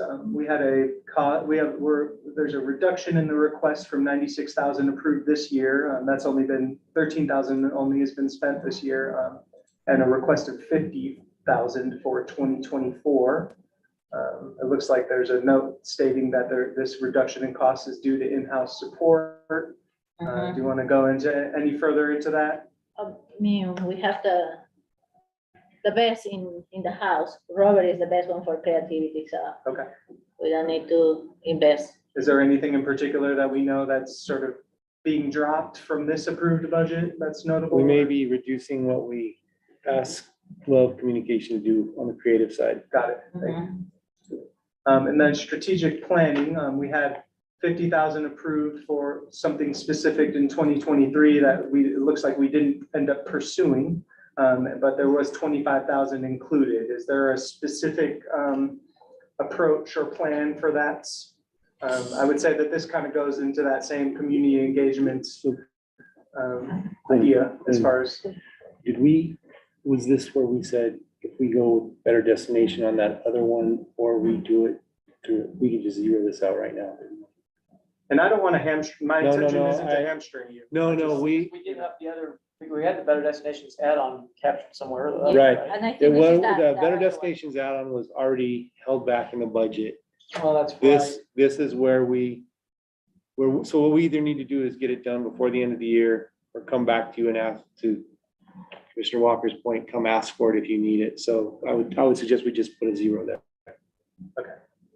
Yeah, I'll just reiterate that. Are you know, sure If you this is come up not with the and data develop that a great you want? idea, Am I you sure know, what?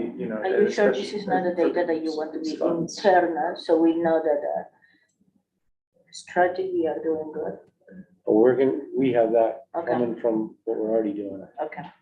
It's just that I'm sure unless you that's a can- love contract, but No, it shouldn't no, be. no. No, we, Mhm. the problem's not getting data right now. So this website cost is kinda, I don't know if it was a mistake, I don't know.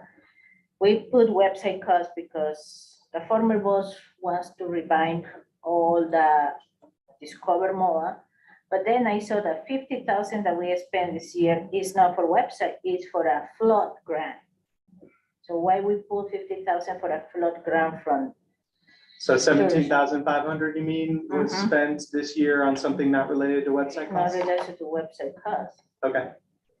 We can make a note of that and investigate that. Yeah, I'm not making notes, this is Liz code. Can you check what's that one? Because I have a note that is say flood grant.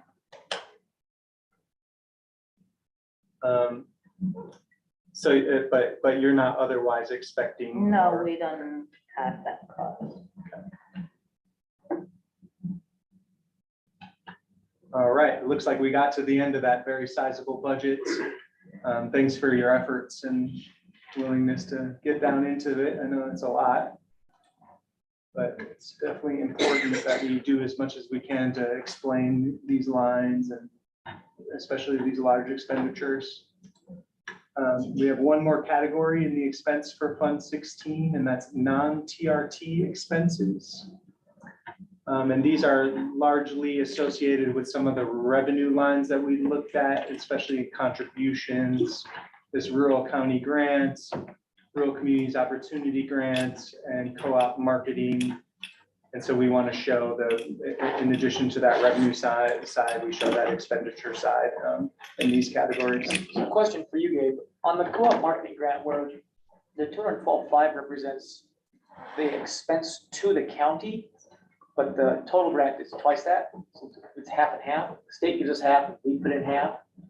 So which expense do we need to capture? Just our half, or don't we need to capture the entire amount and account for the entire amount as revenue? I'm not sure on how we go around that. Well, we're not paying the whole bill and getting reimbursed by the state, are we? No, but if they reimburse us after we spend it. There was a line item in paid media for 212,500. No, but if we're gonna spend twice that, So that, this co-marketing grant is a match grant. yes, So we already budget 212,500 yes. to do that, Yeah. the strategy marketing. We already, from January to August, so yeah. Yeah, Oh, so it is in there twice. Yes. it is in here twice. Okay, okay. And so this 212, we'll have to be sure to split that coding up. That's an interesting little accounting. Okay, and I'm not notes. sure about this. Do we receive a check? Do we need to send a check? How that works? I can, It yeah. sounds like we should follow up and. I get can, those details Melissa, ironed you and I can work on it next week. Okay. out. Mhm. All right, well, any questions from the board or anyone present here in the meeting that would like to comment on the Fund 16 Economic Development Department's budget that we just finished reviewing? I think I'm good. I just would like to see the salaries, and of course, across the board, not just for this department. Not picking on this department. I want to see them all, so. Are we allowed to ask? I feel the question from you, yeah. You're here, thanks for coming. Thank you. We can still fund economic development and expand the economic base through our general fund, correct? If we wanted to, if we have programs that we don't have to just depend on these, we can still do programs and fund them not through the previous revenue streams from last year. We can, moving forward, come up with programs in economic development that could be paid. General fund. Yeah, I mean, we could transfer funds from the general fund into this fund to support expenditures that come out of it. Yeah, certainly. I think there's a revenue line. There's a contributions revenue line. Yeah. That one's not specific to, it's not been general practice. So it might actually be another line if that were to be that would be at the discretion of the commission, for sure. I have a question relating to, there was a grant that I think she had spoke to about how they can go back and grab money or ask for money for events that are done. So is that just wide open knowledge, and then does it come underneath the promotional advertising portion of that? Or no? So the community event grants, that is encompassed within the tourism promotion side of this budget, so the 4/5. Sky, can you speak at all to the community event program?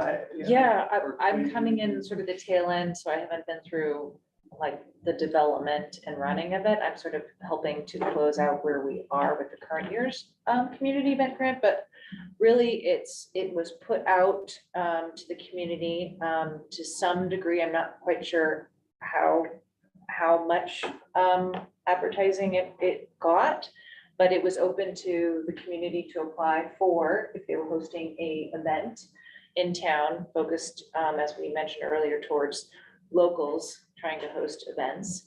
And the commission decided on a award per event based on what was proposed as the support that was needed.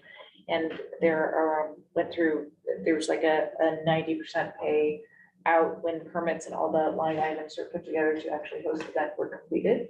And then post-event, there was a 10% allocation that was asked. Did that answer your question? So do you have a list that you could email me as to where the money went to?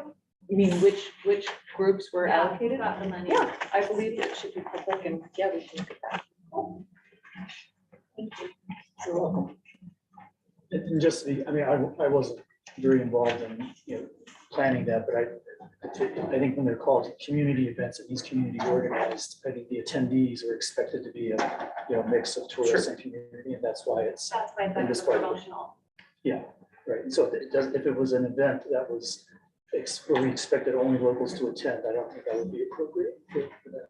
It's like, basically, most of our events that happen here are often out of town organizers. So this is like a subsidy or grant program for locals who want to host an event like the, I don't know if they got money, like, the car show that Paris put on. Like the free music, we give money to the free music. Yes, Concert series. the concert series, that one, that's why they always have our logo. And we donate money also for the stage. For the new or folk festival. No, for the Stage. the stage. Oh, the stage. Oh, okay. Yeah. Well, we'll carry on here on in our agenda. Thank you all. You're welcome to stick around, but thanks again for your presentation. Thank you. The next item on the agenda here is to look at a few more extraneous funds here that we have encompassed within our budget. First one being Fund 25, titled Miscellaneous Grants. This is a fund, and looking back at previous presentations, that it's been suggested that it be sort of phased out because it's relatively under or unused across the board. I don't necessarily feel in a position to make any radical changes to sort of the use of these funds, perhaps this year, just because of where I'm at and sort of what I feel comfortable doing within the confines of, the law and then the audit that comes afterwards. But basically, we can see by looking at these revenue categories, let's stick in this miscellaneous one, that this fund is essentially used as a way to receive and expense two grants in particular, one being WMD, which is a Homeland Security grant administered now by Cora Phillips, the emergency manager. You know what WMD stands for? That's actually Weapons of Mass Destruction. It really is.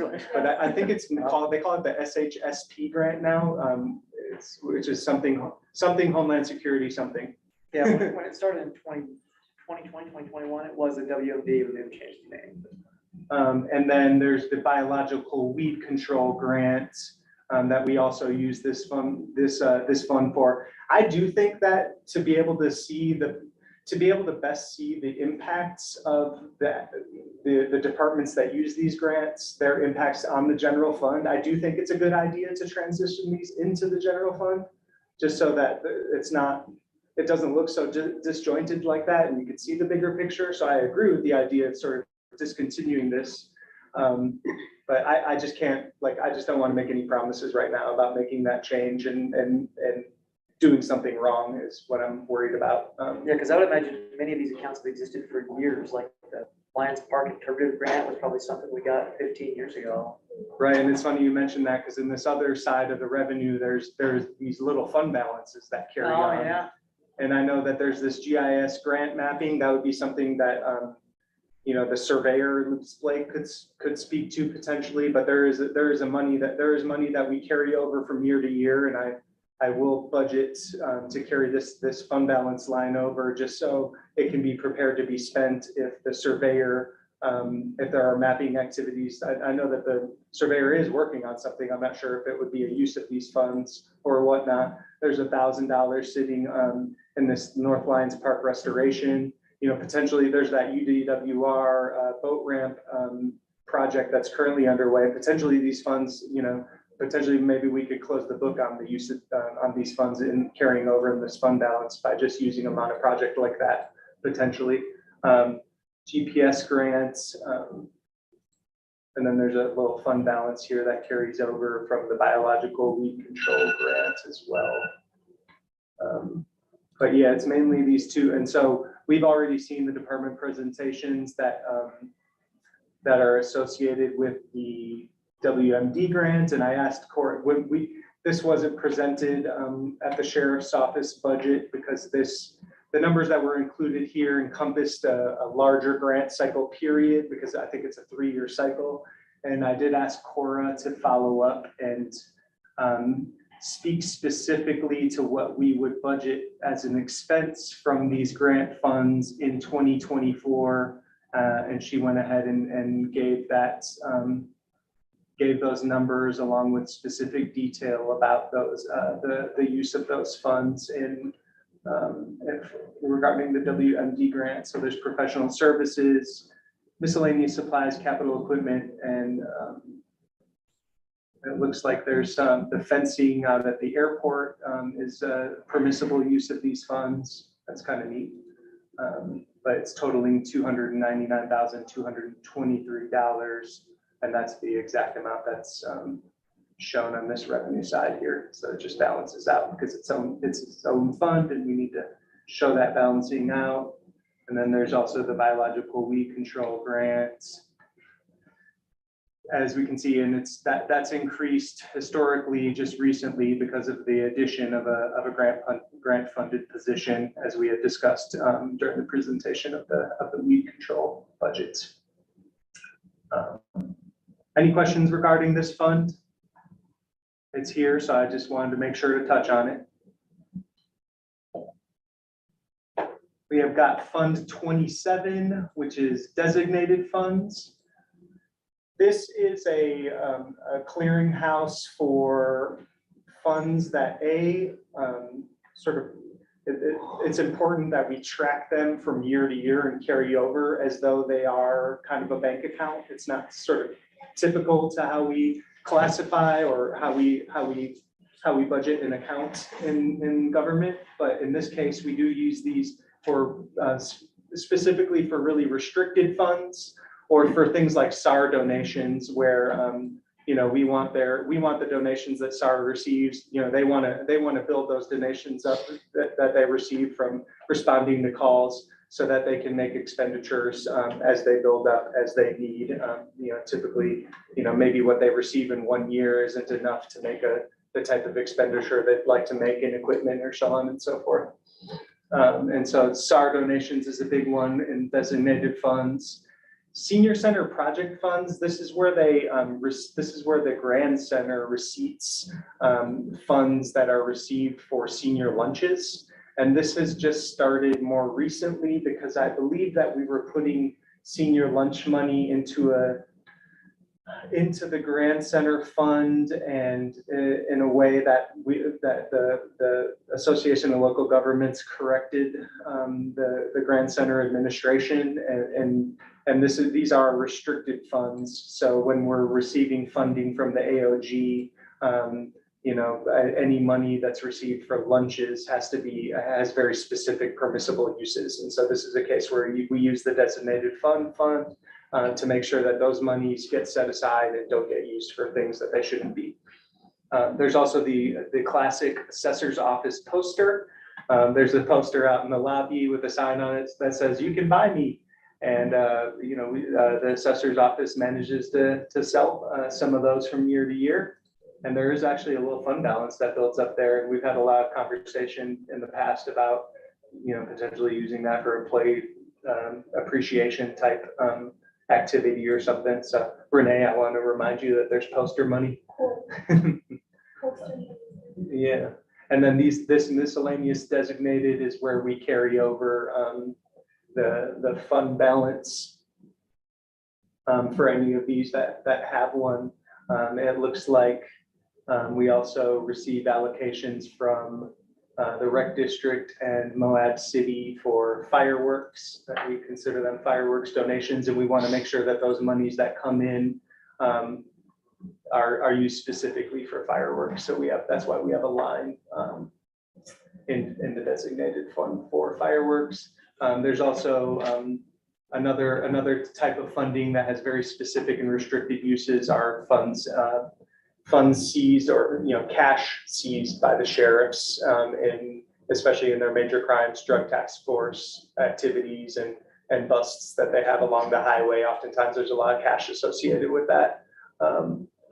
That's what 18,000? that looks like. That's 18,000. 18,246. Yeah.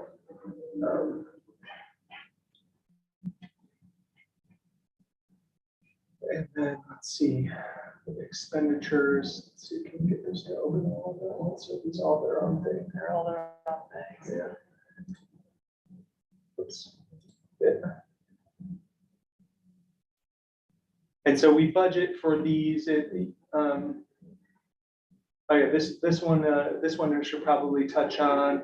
This is the amount that we received, or that we paid out in the opioid allocations. So another example of monies received.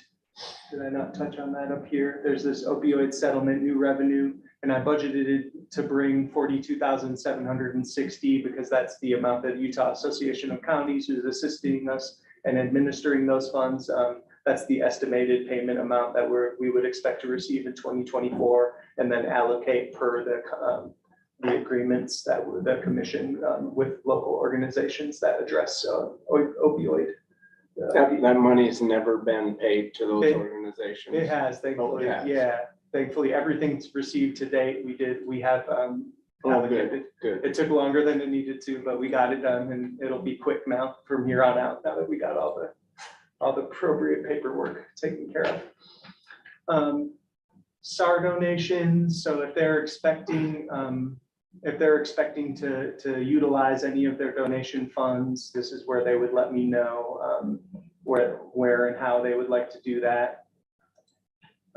And then, yeah, we would just include in the expense side of any of these, if Renee wanted to use poster money, we would amend for it, or she would let us know in particular that she wants to spend $5,000 or something of poster money, and we would include that in the budget. But typically, these would be things that we would amend in the mid or end of year amendment, unless there was something that was particularly. Can you just transfer the poster money into the general fund eventually? I don't think so, because it is a designated fund, right? It has to come out, It it has to be has to be spent spent out of on the what it was designated fund. dedicated for. Right, but I guess the question is, why Yeah. is it a designated? fund? Why is Yeah, it a no, designated you're right. Right. I mean, And I what think was it somebody designated did it for? just to track it, there's a 15 difference years between ago. like bond reserve funds being Right. restricted and poster money. I I mean, what I'm don't- saying is you Spend the don't have to poster spend money. it, you can just put it Yeah, back. in the that general. makes. That makes would good sense to me. But since the poster fund has come up so much, maybe we need like a commission workshop on the poster. Yeah. Or a new poster design, Yeah, we Poster could probably get a better contest. poster made at this point. Yeah. have a poster contest, So yeah, are there any questions about this? It's a little bit wonky, and there's not a whole lot going on in it. Okay, but this is an area where in the future, we might want to clean up the budget, make it more Yeah. I think streamlined so. and logical. I think so. I think it only serves, not only, it definitely is, I would say, obligated to designate certain things, but it looks like other things could definitely be sort of cleaned up and put in a more consolidated fashion. Agreed. We'll move on to Fund 30, UNTRA liaison. It's a small one. There are, these are activities mainly carried out by the UNTRA, what is her, Jessica Thacker's title? I think it is just under. UNTRA liaison, yeah. We budgeted this large amount, 42,000 for this year, and I tend to think that we typically budget that amount as like a maximum amount that the feds would reimburse for activities by the liaison, but they just never really, apparently there's just not enough work to do associated with UNTRA, and so this always gets, my understanding is that this likely always gets amended down at the end of the year to reflect what the actuals are. Oops, right quick. And then, so just to see, there is one problem in this fund that I was gonna say, I don't think noticed. I grabbed her, I don't think I grabbed her into the salaries. And so, we can see, oh, okay, yeah. as far Yeah, as just the- for 24. Totally. But one thing is that this is at 18,000. There's this legislative travel here that was for the lobbying visit to DC by Commissioners McGann and Hadler, and it's never been coded there. And so that came up, and that's why we review every one, because this would put our budget over for this fund, which would be, a problem. but we need to recode that somewhere else because this budget minus that 13 would equal what the actuals are that have been shown here as a revenue because this 8,095 represents reimbursements that came back from the feds. But it's a little more actually. Maybe there's a little lag there. It's not that much. But that's an overview of what that Atlas Tailings Fund is for. Any questions there? You say that the budget for Jessica Thacker or whatever is 42, but we're only spending 8 of it. Why is the travel not coming out of that if it's reimbursable, or is it not possible? I think it's not reimbursable. Okay. I think, but maybe someone put it there because they had some knowledge that I didn't about it potentially being reimbursable, but I don't know. I tend to think that the feds don't want to pay for us to go lobby them. Well, if they do, I think that it'd be great to put it there. Yeah. I think that there's fall. Yeah. All right, and then we have the Debt Service Building Authority. So this is the municipal building authority, and so this is used for CIB projects the county takes on for debt payments, and it's as well as it's commonly used as a pass-through for other entities that want to take out bonds and other financing through the municipal building authority. I don't have any other real detail at this point. I would need to educate myself more about what that process, why it's done that way. I can't offer that right now, I'm sorry. But we have things like the jail remodel project. And so these are all associated with, these payments are all associated with promissory notes and terms that are laid out and what the principal interest payments are on an annual basis for these projects. And I'm working on consolidating and better keeping this records. It's currently, it's a real task digging up, financing documents for each of these projects when it really shouldn't be that hard. So I'm definitely working on that. This set of lines associated with stormwater are specifically tied to the Jackson Street Phase 2 project. And so this 1,000,009 and then 265 and 447 and 909,000, that all adds up to $2.7 million, which is the total approved cost through the CIB for the Jackson Street Phase 2. And I need to follow up and confirm with the road supervisor about, this is one of those situations where I wasn't able to find those documents. I found one general document to confirm to me that this was the overall amount, that 2.7 million. But the regulations governing why it's broken out this way in terms of revenue, I need to follow up with the road supervisor on that. And there hasn't been much yet actually expended on Jackson Street Phase 2 yet. But I would expect that I've already gone ahead and carried it over into 2024 because there is some design that's already been done. And I would expect that this is really going to hit the ground running in 2024. There's a couple airport CI projects covered in here, terminal and runway. There's an annual payment associated. As you can see, the actuals aren't all lining up here because we have to go through and make sure that the correct invoices have been issued, or we need to follow up on bills sort of having made it to our mailbox. So there's definitely some legwork here that we have to do in the next few months to make sure these things are all taken care of. And then I had mentioned other entities that use the municipal building authority to approve their financing. I think that it's likely due to getting a favorable rate or access to certain financing options. So there's the health department. I believe that's their facility that exists over there next to the movie theater. We have the MAPS, the MAPS building over there on 400 North. That's that senior residential living facility. And then there's EMS. The EMS, there's the debt payment itself every year is $118,000. I've gone ahead and put in $239,195 for the 24 request, because they have monies left over from their construction loan, that there's a number of qualified uses for, with regards to just continuing to use on the facility and the landscape, and they apparently have a longer term to be able to spend those funds. And so I go ahead and I'm just budgeting for not only the debt payment but anything left over that they have in their construction loan, so that they can go ahead and hopefully get those monies spent. There's miscellaneous, and there's some interest lines here that I want to follow up with Treasurer Kaufman on. But this is one where I thought there were two different loan payments included in this line, and I'm not sure why they were consolidated in that way. But there was not only the fire station over here down the street next to the sheriff's and attorney's office, but as well as a fire truck that was actually paid off. So there was an $8,000 payment made this year, and that was the final payment on the loan for the fire truck. Good. Yeah, and then there's a CIB loan payment through 2028 for the fire department of $25,000 that will continue on. That's it for always the feels- building, Yes, correct. and that's actually coming to a close too, so. Totally, yeah, that always feels good to get so close when you look at those terms and you see how many payments.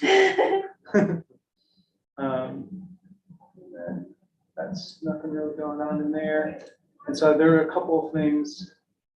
There's a couple of things that I need to investigate, like capital project expense, this professional services. I mean, there's not been a lot of activity, but there's been some, and it's just one of those things that I have to unpack and figure out what that means, why $20 would have been coded there. But then this CIB one, I guess we'll just click through these. Here's the 150 in principal and interest on the jailhouse remodel. Here we can see that 2.7 million I referenced for Jackson Street Phase 2. You can see that there's been some funds spent out this year. And so I do think that what we end up carrying over in both revenue expense might be this number with less the amount that we end up spending this year. But I want to follow up with the road supervisor on what that looks like exactly. And that was CIB also, Correct. a loan. Yep, correct. And and then here's an illustration of that, what the debt payment is for the EMS facility, as well as that $121,195 that's left over from their construction loan. That we'll just budget in as revenue in the hopes that they spend it all. I'm not really, I trust that they understand the regulations associated with their the use of those funds. There's that $25K for the fire station. And then there's two jail remodel accounts. Couldn't tell you why, but only one's being used. Health Department, 19,000 debt payments. Here's 86,000. That's the debt payments on the Grand Center. This is one that admittedly I just carried over from what was budgeted and approved this year. Only 70 has been spent. And I have got a note out to Yordi from the Grand Center to make sure that this number is based in something real and not just carried over, just, because we're falling asleep on it. Doesn't look like we budgeted for the interest though. Yeah, it looks like this 86 accounts for the interest and the principal roughly. But yeah, it's a little harder than I would like to be able to find the documents associated with that debt service. Yeah, and any idea when that one terms out? And that's one of the, I was hoping to come to this meeting saying that these are the terms and this is the payment for how long, and unfortunately it wasn't as easy as I would have liked. We finished that 2010. What's that? What year we finished in 2010? I couldn't tell you. Yeah, and it doesn't matter. I was just curious. It's nice when they go off of the chart. Definitely. Well, and frankly, this in and of itself is proving why it exists. Because if each individual department head was responsible for budgeting for their own bond payments, they don't even know when they're due and what they're doing. So it keeps it all under one place. So the person who actually pays the bills and makes sure those bond payments get made, they're kept there and they're out of the department head's heads, they don't have to worry about paying their own bonds, so it makes sense, and I also think it's right that it may have some implications for lending to be part of the authority of municipal authority. To run it through the But MBA. I think it's a smart place to keep that stuff, because if you're looking for a bond payment, you know where to go. Yeah, needs to be cleaned up a little maybe. Sure. I was part of a discussion with another county where they took out a CIB loan and never used it. The next commission came in and saw that they had the money there and spent it. Oh, no. And now where do we get, so Yikes. it can create some messes. Yeah. And then here's that fire truck that we've been paying 8,000, or I guess the fire department had, but Moab Valley Fire has been paying. But that you can see that there's no, that's 2023 was the final year. I had talked with Kathy Body today just to confirm all of that. So that, any other questions about that fund? Just running through and just getting through the odds and ends and really, but yeah, before we get into sort of like moving forward, I added a discussion item, which is a discussion regarding major revenue projection methodologies. And so what I wanted to talk about was, it's definitely about time. I'm like getting quite anxious myself about seeing where things are lining up. What heartens me is that when I run through the funds and when I run through the accounts, we've accomplished a lot with regards to filling out the expense side, and even the revenue side to a certain degree. And Treasurer Kaufman, with regards to things like PILTs and property tax and the variety of revenues associated with those lines, he provides really good numbers there that we've tended to trust for good reason. But we definitely have a number of major revenue sources, particularly sales tax, transient room tax, and other, critical revenues to the county that it's time not only to see, create some revenue projections based on how this year is going to turn out, but that in turn also helps to inform us about what we would think about projecting for 2024. One of the details that I think factors into this is that we're heading into the second half of this month, and I would expect that early next week we're going to get one more month of receipts in. I think the more data, the better in terms of creating the most accurate projection possible. And it's not like I can't say it was by design. I wasn't hoping to wait this long, but since we made it this long, I think it would be valuable to finalize projections based on one more month of receipt data. However, I did want to open up a discussion about, how do we want to, when we get that next month of receipts, what's the approach that we want to take with regards to projecting revenue? My thoughts are, one approach would be kind of a zero growth approach. So looking at, projecting out the rest of this year and seeing what our projection for the rest of this year would be for receipts, and basically budgeting for the same amount of receipts that we project to receive by the end of this year. And then the other two approaches that have come up are we have a budget consultant that does have expertise in creating revenue projections and working with local government entities and doing so. And they have a methodology that I would like for, I'm not sure if are they present here at the meeting? Do you know if Cody is? He's traveling, and so it wasn't the best time for him to jump in, unfortunately, but he certainly has an approach.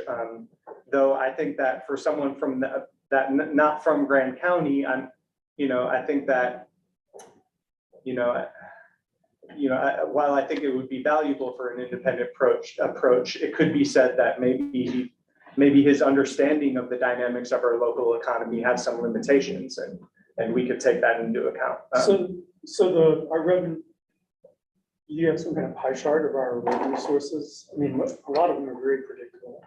Tilt, for example. Right, and those are practically all filled in, tilts and. So, and then there's property tax, which Right, It and also then, should be very predictable. So is it? right, and I've got those filled in based on Chris Okay, Kaufman's. so the only question projections. marks are about the sales taxes is that. It's basically sales and use tax, transient room tax, and then all the, there are a Yeah, my small sales variety. tax, I meant all of those. Right, yeah, basically, we're talking about transient room tax. and Those sales two tax. are basically though 50% plus or minus a very small number of our revenue. Those two numbers in themselves. It makes up a big amount. And back to Cody, I remember clear back to the meeting when you brought up that we should be hiring him, that was what we were hiring him for, was projections. Certainly, yeah, And I would have thought that he was already working on it, but maybe he needs that guidance to move forward on it. I know Kevin put some projections together, but I don't think those are very palatable to the common man to be able to discern. So I seem to recall that was the thing that Cody was big on, was to be able to make those presentable so that we would, for lack of a better word, a pie chart, just like Kevin's talking about, something simple enough that we can see those numbers. and I did provide the most recent year-to-dates to Cody in the interest of getting a product returned, or at least something preliminary that we can see. And I was hoping that we would have that product by today, but we don't. And, really what I'd like to see is that we get these numbers out to the Budget Advisory Board, if we want to talk about it next Thursday, I'd like for us to all have some numbers to look at days in advance. Totally. Yeah. That concerns me, that we would just get it the morning of, or even the day before, without a moment to sort of like analyze or ponder it a little bit. Well, and I would hope on that note for next year that these departments know they have to have their budget turned in the week before or something. I mean, Yeah, I was just I've got all kinds of pencil notes trying to go through this one in 2 hours or whatever, so it makes it very difficult, so. So I think, Gabe, that, you mentioned just projecting flat revenue, and that's not, I think around 2016, that would be a mistake, definitely an underestimate.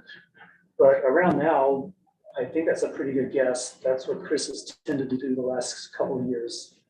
I think it could be up 3 or 4% or down 3 or 4%, but just assuming flat, it isn't too far off the mark. And, we can look at like historical charts and all this stuff, but at the end of the day, it is just kind of guesswork. I agree with that. I think that based on what we saw in 21 and 22, I think it's unlikely that we would see something like that happen in 24. I expect 24 to be more like 23. As far as TRT is down about 3% for January through July this year compared to 2022. And if you adjust some inflation into that, you're down 7% plus or minus a little bit. So that's substantial enough to be concerned when we see reclassifications, new employees. I mean, you keep adding those all in, and haven't been able to keep track because it's too complicated, but we're talking millions. We're not talking a few 100,000 here. The over last year's budget when it all starts adding up. So I'm wanting to be cautious. certainly, I think that with every department that we've seen, there is a day of reckoning coming for sure. And just to be, when we're making projections, we're projecting, actual dollars, not inflation adjusted dollars. So I think your 3% number is more important than the 7 there. But I agree, if we want to be conservative, we could assume, I think, there was a big peak in 2022. Sure. It's been going down slowly since then, especially TRT. So we could also assume we continue as opposed to leveling off. So. I think that inflation number is important to put in there personally. I mean, But we're trying to predict, the tax, if inflation is really high, then our tax revenue is going to go up too. well, restaurant sales are down also. So, I'm just making a technical point that we, the inflation's kind of already built into our future budget, like, people are getting cost of living adjustments and things like that. And so to be comparing like apples to apples, the revenue projection should be in actual dollars, not actual dollars minus inflation. It's just a narrow technical point. I think the larger point that, there's been a decline. We might want to think about that. So can we agree that?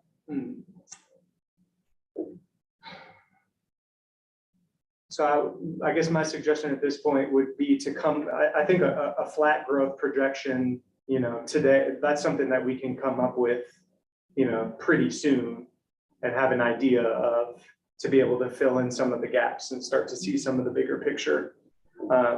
And then there could be there could be a sort of an alternate subjective analysis provided by the budget officer or by the budget consultant, I should say, as a sort of as a point of conversation or point of comparison that we might use. And then, I think we could build off, a more cautious or conservative approach. Maybe have three, I'm not sure where Cody would come in. But should we have kind of some scenario planning as far as like flat, whatever Cody might come up with, whether that's below or above flat, I'm not sure. But make sure that we have kind of a three-pronged approach that we can just see as it relates to expense requests that we have on the board right now. I mean, does that kind of seem like it makes sense? I think so. I think that if we make sure that Cody utilizes the numbers of where we're at with promotional advertising compared to the past also, because at one point we were just over $2 million and now we're around $1 million. It's back up to $1 million. For a while, previous year was what, 480,000 or something. So his projection, the sales, restaurant tax, TRT is all driven by our tourism. And if we're going to continue a downward slope in our promotional advertising, we have to consider that trend is going to continue to go down. In my mind, the decline in our revenues from those sources now. Okay, I can ask Cody to note that in terms of tying what that project, or we can have some further analysis about how those revenues are tied to that tourism promotion spend. Sure. But it's going to be tough because our highest tourism tax revenues came when we were spending zero on promotion. And now since then, we've been increasing advertising spend and seeing a gradual decrease. With the understanding that we might have to throw out 2020. The more we spend on advertising, the lower our revenues. We know that's not true, but that's. Well, it is when you do away with the year after COVID, you can't use that analogy, Kevin. That's right, but I'm just saying that there is no. I agree that COVID makes all of this much less precise than it would have been 10 years ago or something. Well, I just think if he understands and looks at that when he's making his projections, I would feel more comfortable. Yeah. So, and then Renee, I had one more request. I know you're about ready to bail out of here and I don't want to hold you up. I know the one on the reclassifications, but would it be possible to get an entire list of county employees by name and what their step and their So generally when I do year to year is produce a pay plan. I have that mostly built out for 2024 that includes employees, positions, their grade and step, and what their what their salary cost would be on that pay plan, and then also just the position request with benefit costs and what that cost would be. Okay, and does that show that by department kind of, so like Bill Jackson's department? Yeah, roads broken out, each department's broken out. Beautiful. I can even add in, I'll add in the funds too, next to the departments, we know which funds are coming out of. Okay, thank you. That'd be great. And Bill, I just wanted to make sure you knew, like, as I'm guiding Cody on and analyzing things for us, I wanted to make sure you knew that, like, when Kevin had shared some analysis with us, and it was important for me that Cody, that in the interest of fresh and independent analysis from Cody, that information wasn't, Kevin's analysis wasn't shared with Cody as a way of sort of affecting the way that he might. No, I appreciate analyze you for us. explaining that. Definitely. And I think Kevin's analysis is valuable as well. And I think that, ultimately, this is somewhat of a guessing game, but we're going to do our best to be cautious and conservative. And I think we have, for the most part, done that. We will continue to, for sure. I agree. But it sounded like you were proposing to run the numbers with maybe 2 or 3 different scenarios, but one of them was just gonna be flat growth in sales taxes, and so that's something you can do right away. Yeah. And that'll give us some initial idea of, what kind of gap or surplus we're looking at, with all the different requests that come in. Yeah. And an initial idea of We'd be, how much we're gonna have to whittle back the requests for additional funds. Correct. and we'd look at those numbers next week, you're saying? Yeah. And I think we would be ready to discuss them on Thursday, but I would hope that by Monday or Tuesday at the very latest, that there would be some, that information would be shared amongst us. Okay, and then The new sales I, tax number should be on Monday, don't you think? on your agenda, or not agenda, but your calendar for this group ended today, so the one that I got anyway, so if we're gonna have more of those, Yeah, is so that just planned to continue these every week at this point? there was a 26th of November that I didn't, we didn't put an agenda out for because there wasn't a department presentation to schedule specifically. But I kind of knew I had in the back of my mind that we would likely meet on the 26th. So sorry if I didn't make that clear at all, but I definitely hope to meet next week, Thursday at 2 p.m. and we'll get that out there immediately if that's not already clear. And that's the 26th of this month, correct? Correct. And then, Sorry if I said. but if we're gonna go forward with this, we'll get some idea of. Yeah, and so the other thing is there is a statutory obligation to forward a tentative budget to the governing body by November 1st.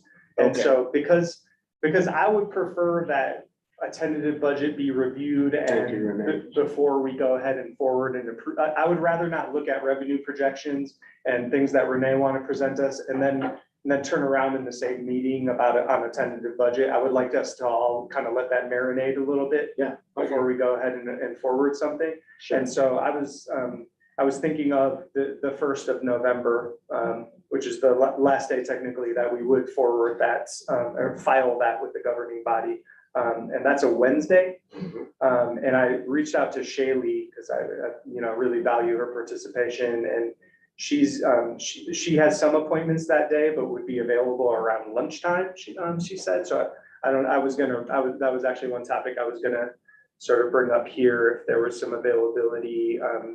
But we could look at alternatives, but something like 12 or 12:30, and we wouldn't probably have a long series of presentations. It would more be like the tentative budget would already be circulated, and we would get back together and have any final comments about it, and then approve forwarding it to the commission. So it might be I've got both a 12 and a 1. I Okay. mean, they're on that day, on the 1st. so- Okay, well, let me follow up then, since that didn't work.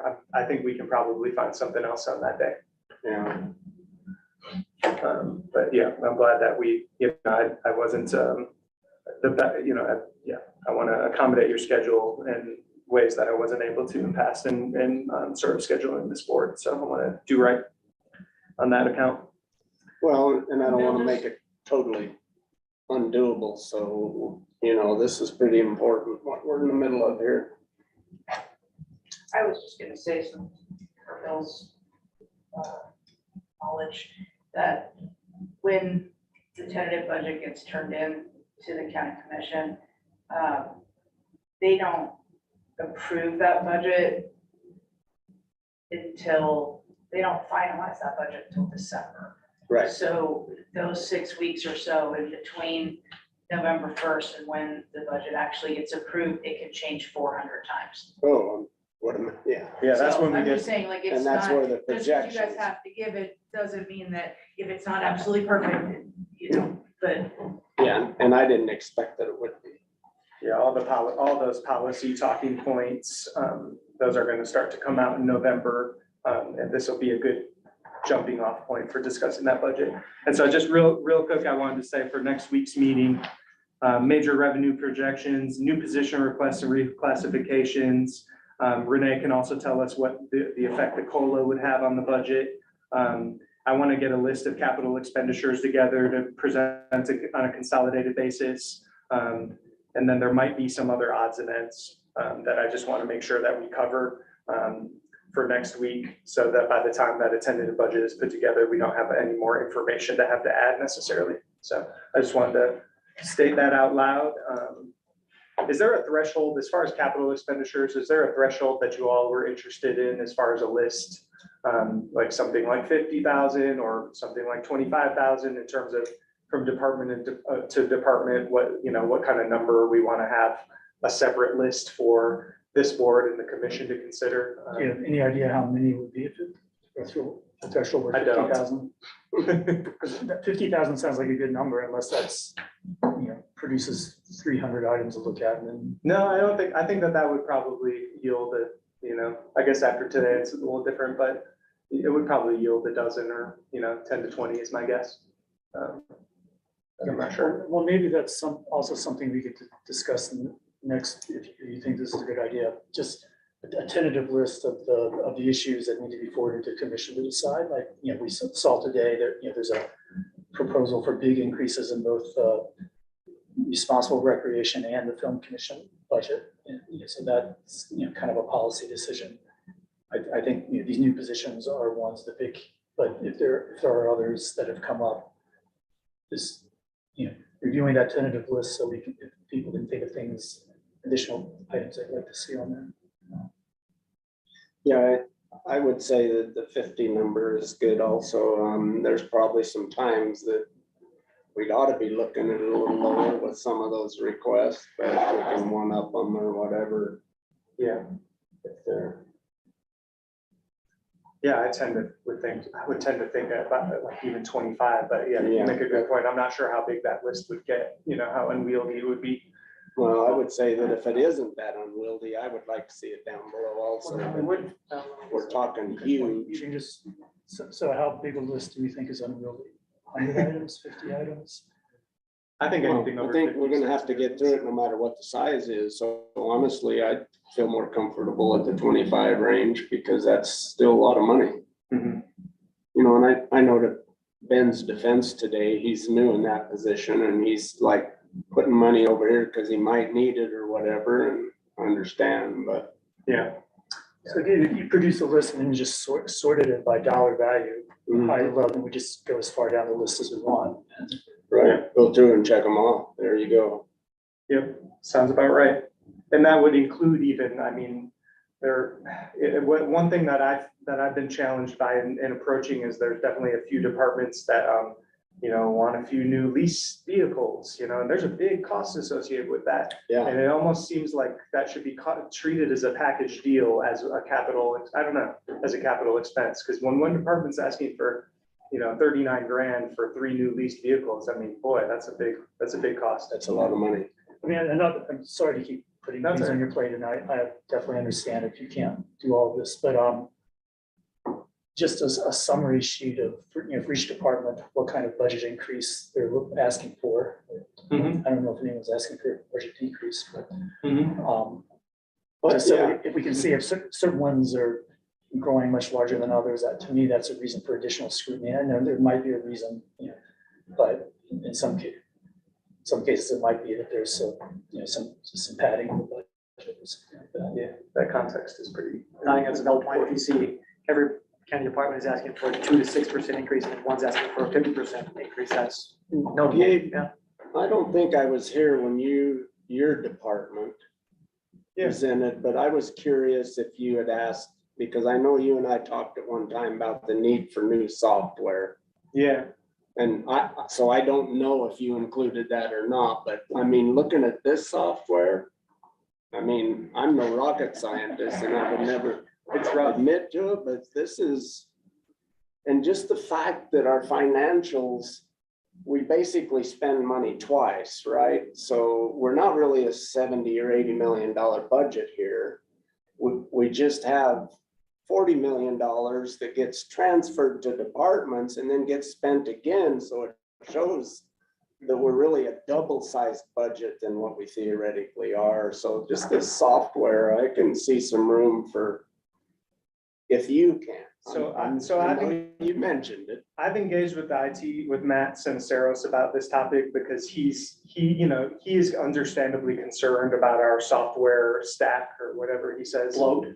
Just the amount of software that we have. Sure. And I took some sales calls in the past few months for replacement of this budgeting software, and the increase in cost to me was pretty rough, though I see a need for it as well. And How much? What's our dollar amount? like we pay about 7,500 for this, and Every year?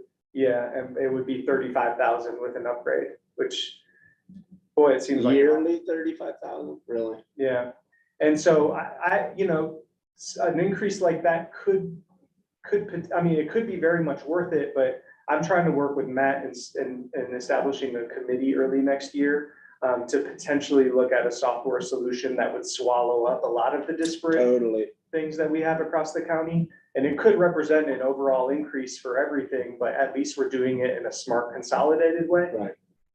That's the route that I'm really interested in exploring that. I forget the name of the one the city used, but I've heard good stuff about it. I don't remember. Do you? Yeah, I do remember because I looked into it. So the city was on Cassell, the same as we are. Then But they they switched to moved. Polaris. Then they went back to Cassell because they were tired of Polaris. And now they've gone back to Polaris again. Oh, And really? so that, when I was the clerk, I looked at doing the exact same thing and that really made me, really pushed me away from it. Tyler is the one that I've talked with Matt about potentially exploring, and they actually had a rep reach out to me. I don't know if that was I coincidence. I assume you've also talked with other auditors in the state and see what's popular with your peers in other counties. I haven't. I think you should. Yeah. Yeah, Very good point. They probably know better than that. that's probably a good point. Yeah. I do think, I agree with looking at this is super duper clunky. My impression is what's prevented us from changing is something, it isn't the expense, but it's just the pain, how painful it is to transition from one to another. And I do believe that would be And painful. every year it comes in, do you want to tackle it this year? Or do you want to push it back another year? Right. And I think that's been the decision that's been made the past 6 or 7 years or something. Definitely not this year with What the happened with our changes. hospital, if you've been there, they just switched from one software to another. And they were literally like in the thing with 2 computers, like Yeah. in my doctor's office visit, looking at one and typing stuff into the other, like they hard transfer. Yeah, I was very unimpressed with their transition between. Yeah. So, Well, It's better. the only reason I bring it up is because you did, Gabe, and because I wasn't here, because I would be supportive of it after being through this process here. Yeah, I think, 35,000, that seems like a lot to pay for software, but given the amount of staff hours that goes into dealing with this, I think it'd be worth it, so. Thanks for that blessing. Okay. Should have the cameras on for that discussion. Well, I thought that was really good discussion. Thank you all. It was a long meeting, fast and furious, but we got through it. Thanks. Yeah, there's a lot of work to do, and yeah. Thanks for your collaboration and patience with me as I help us get through this. In the meeting?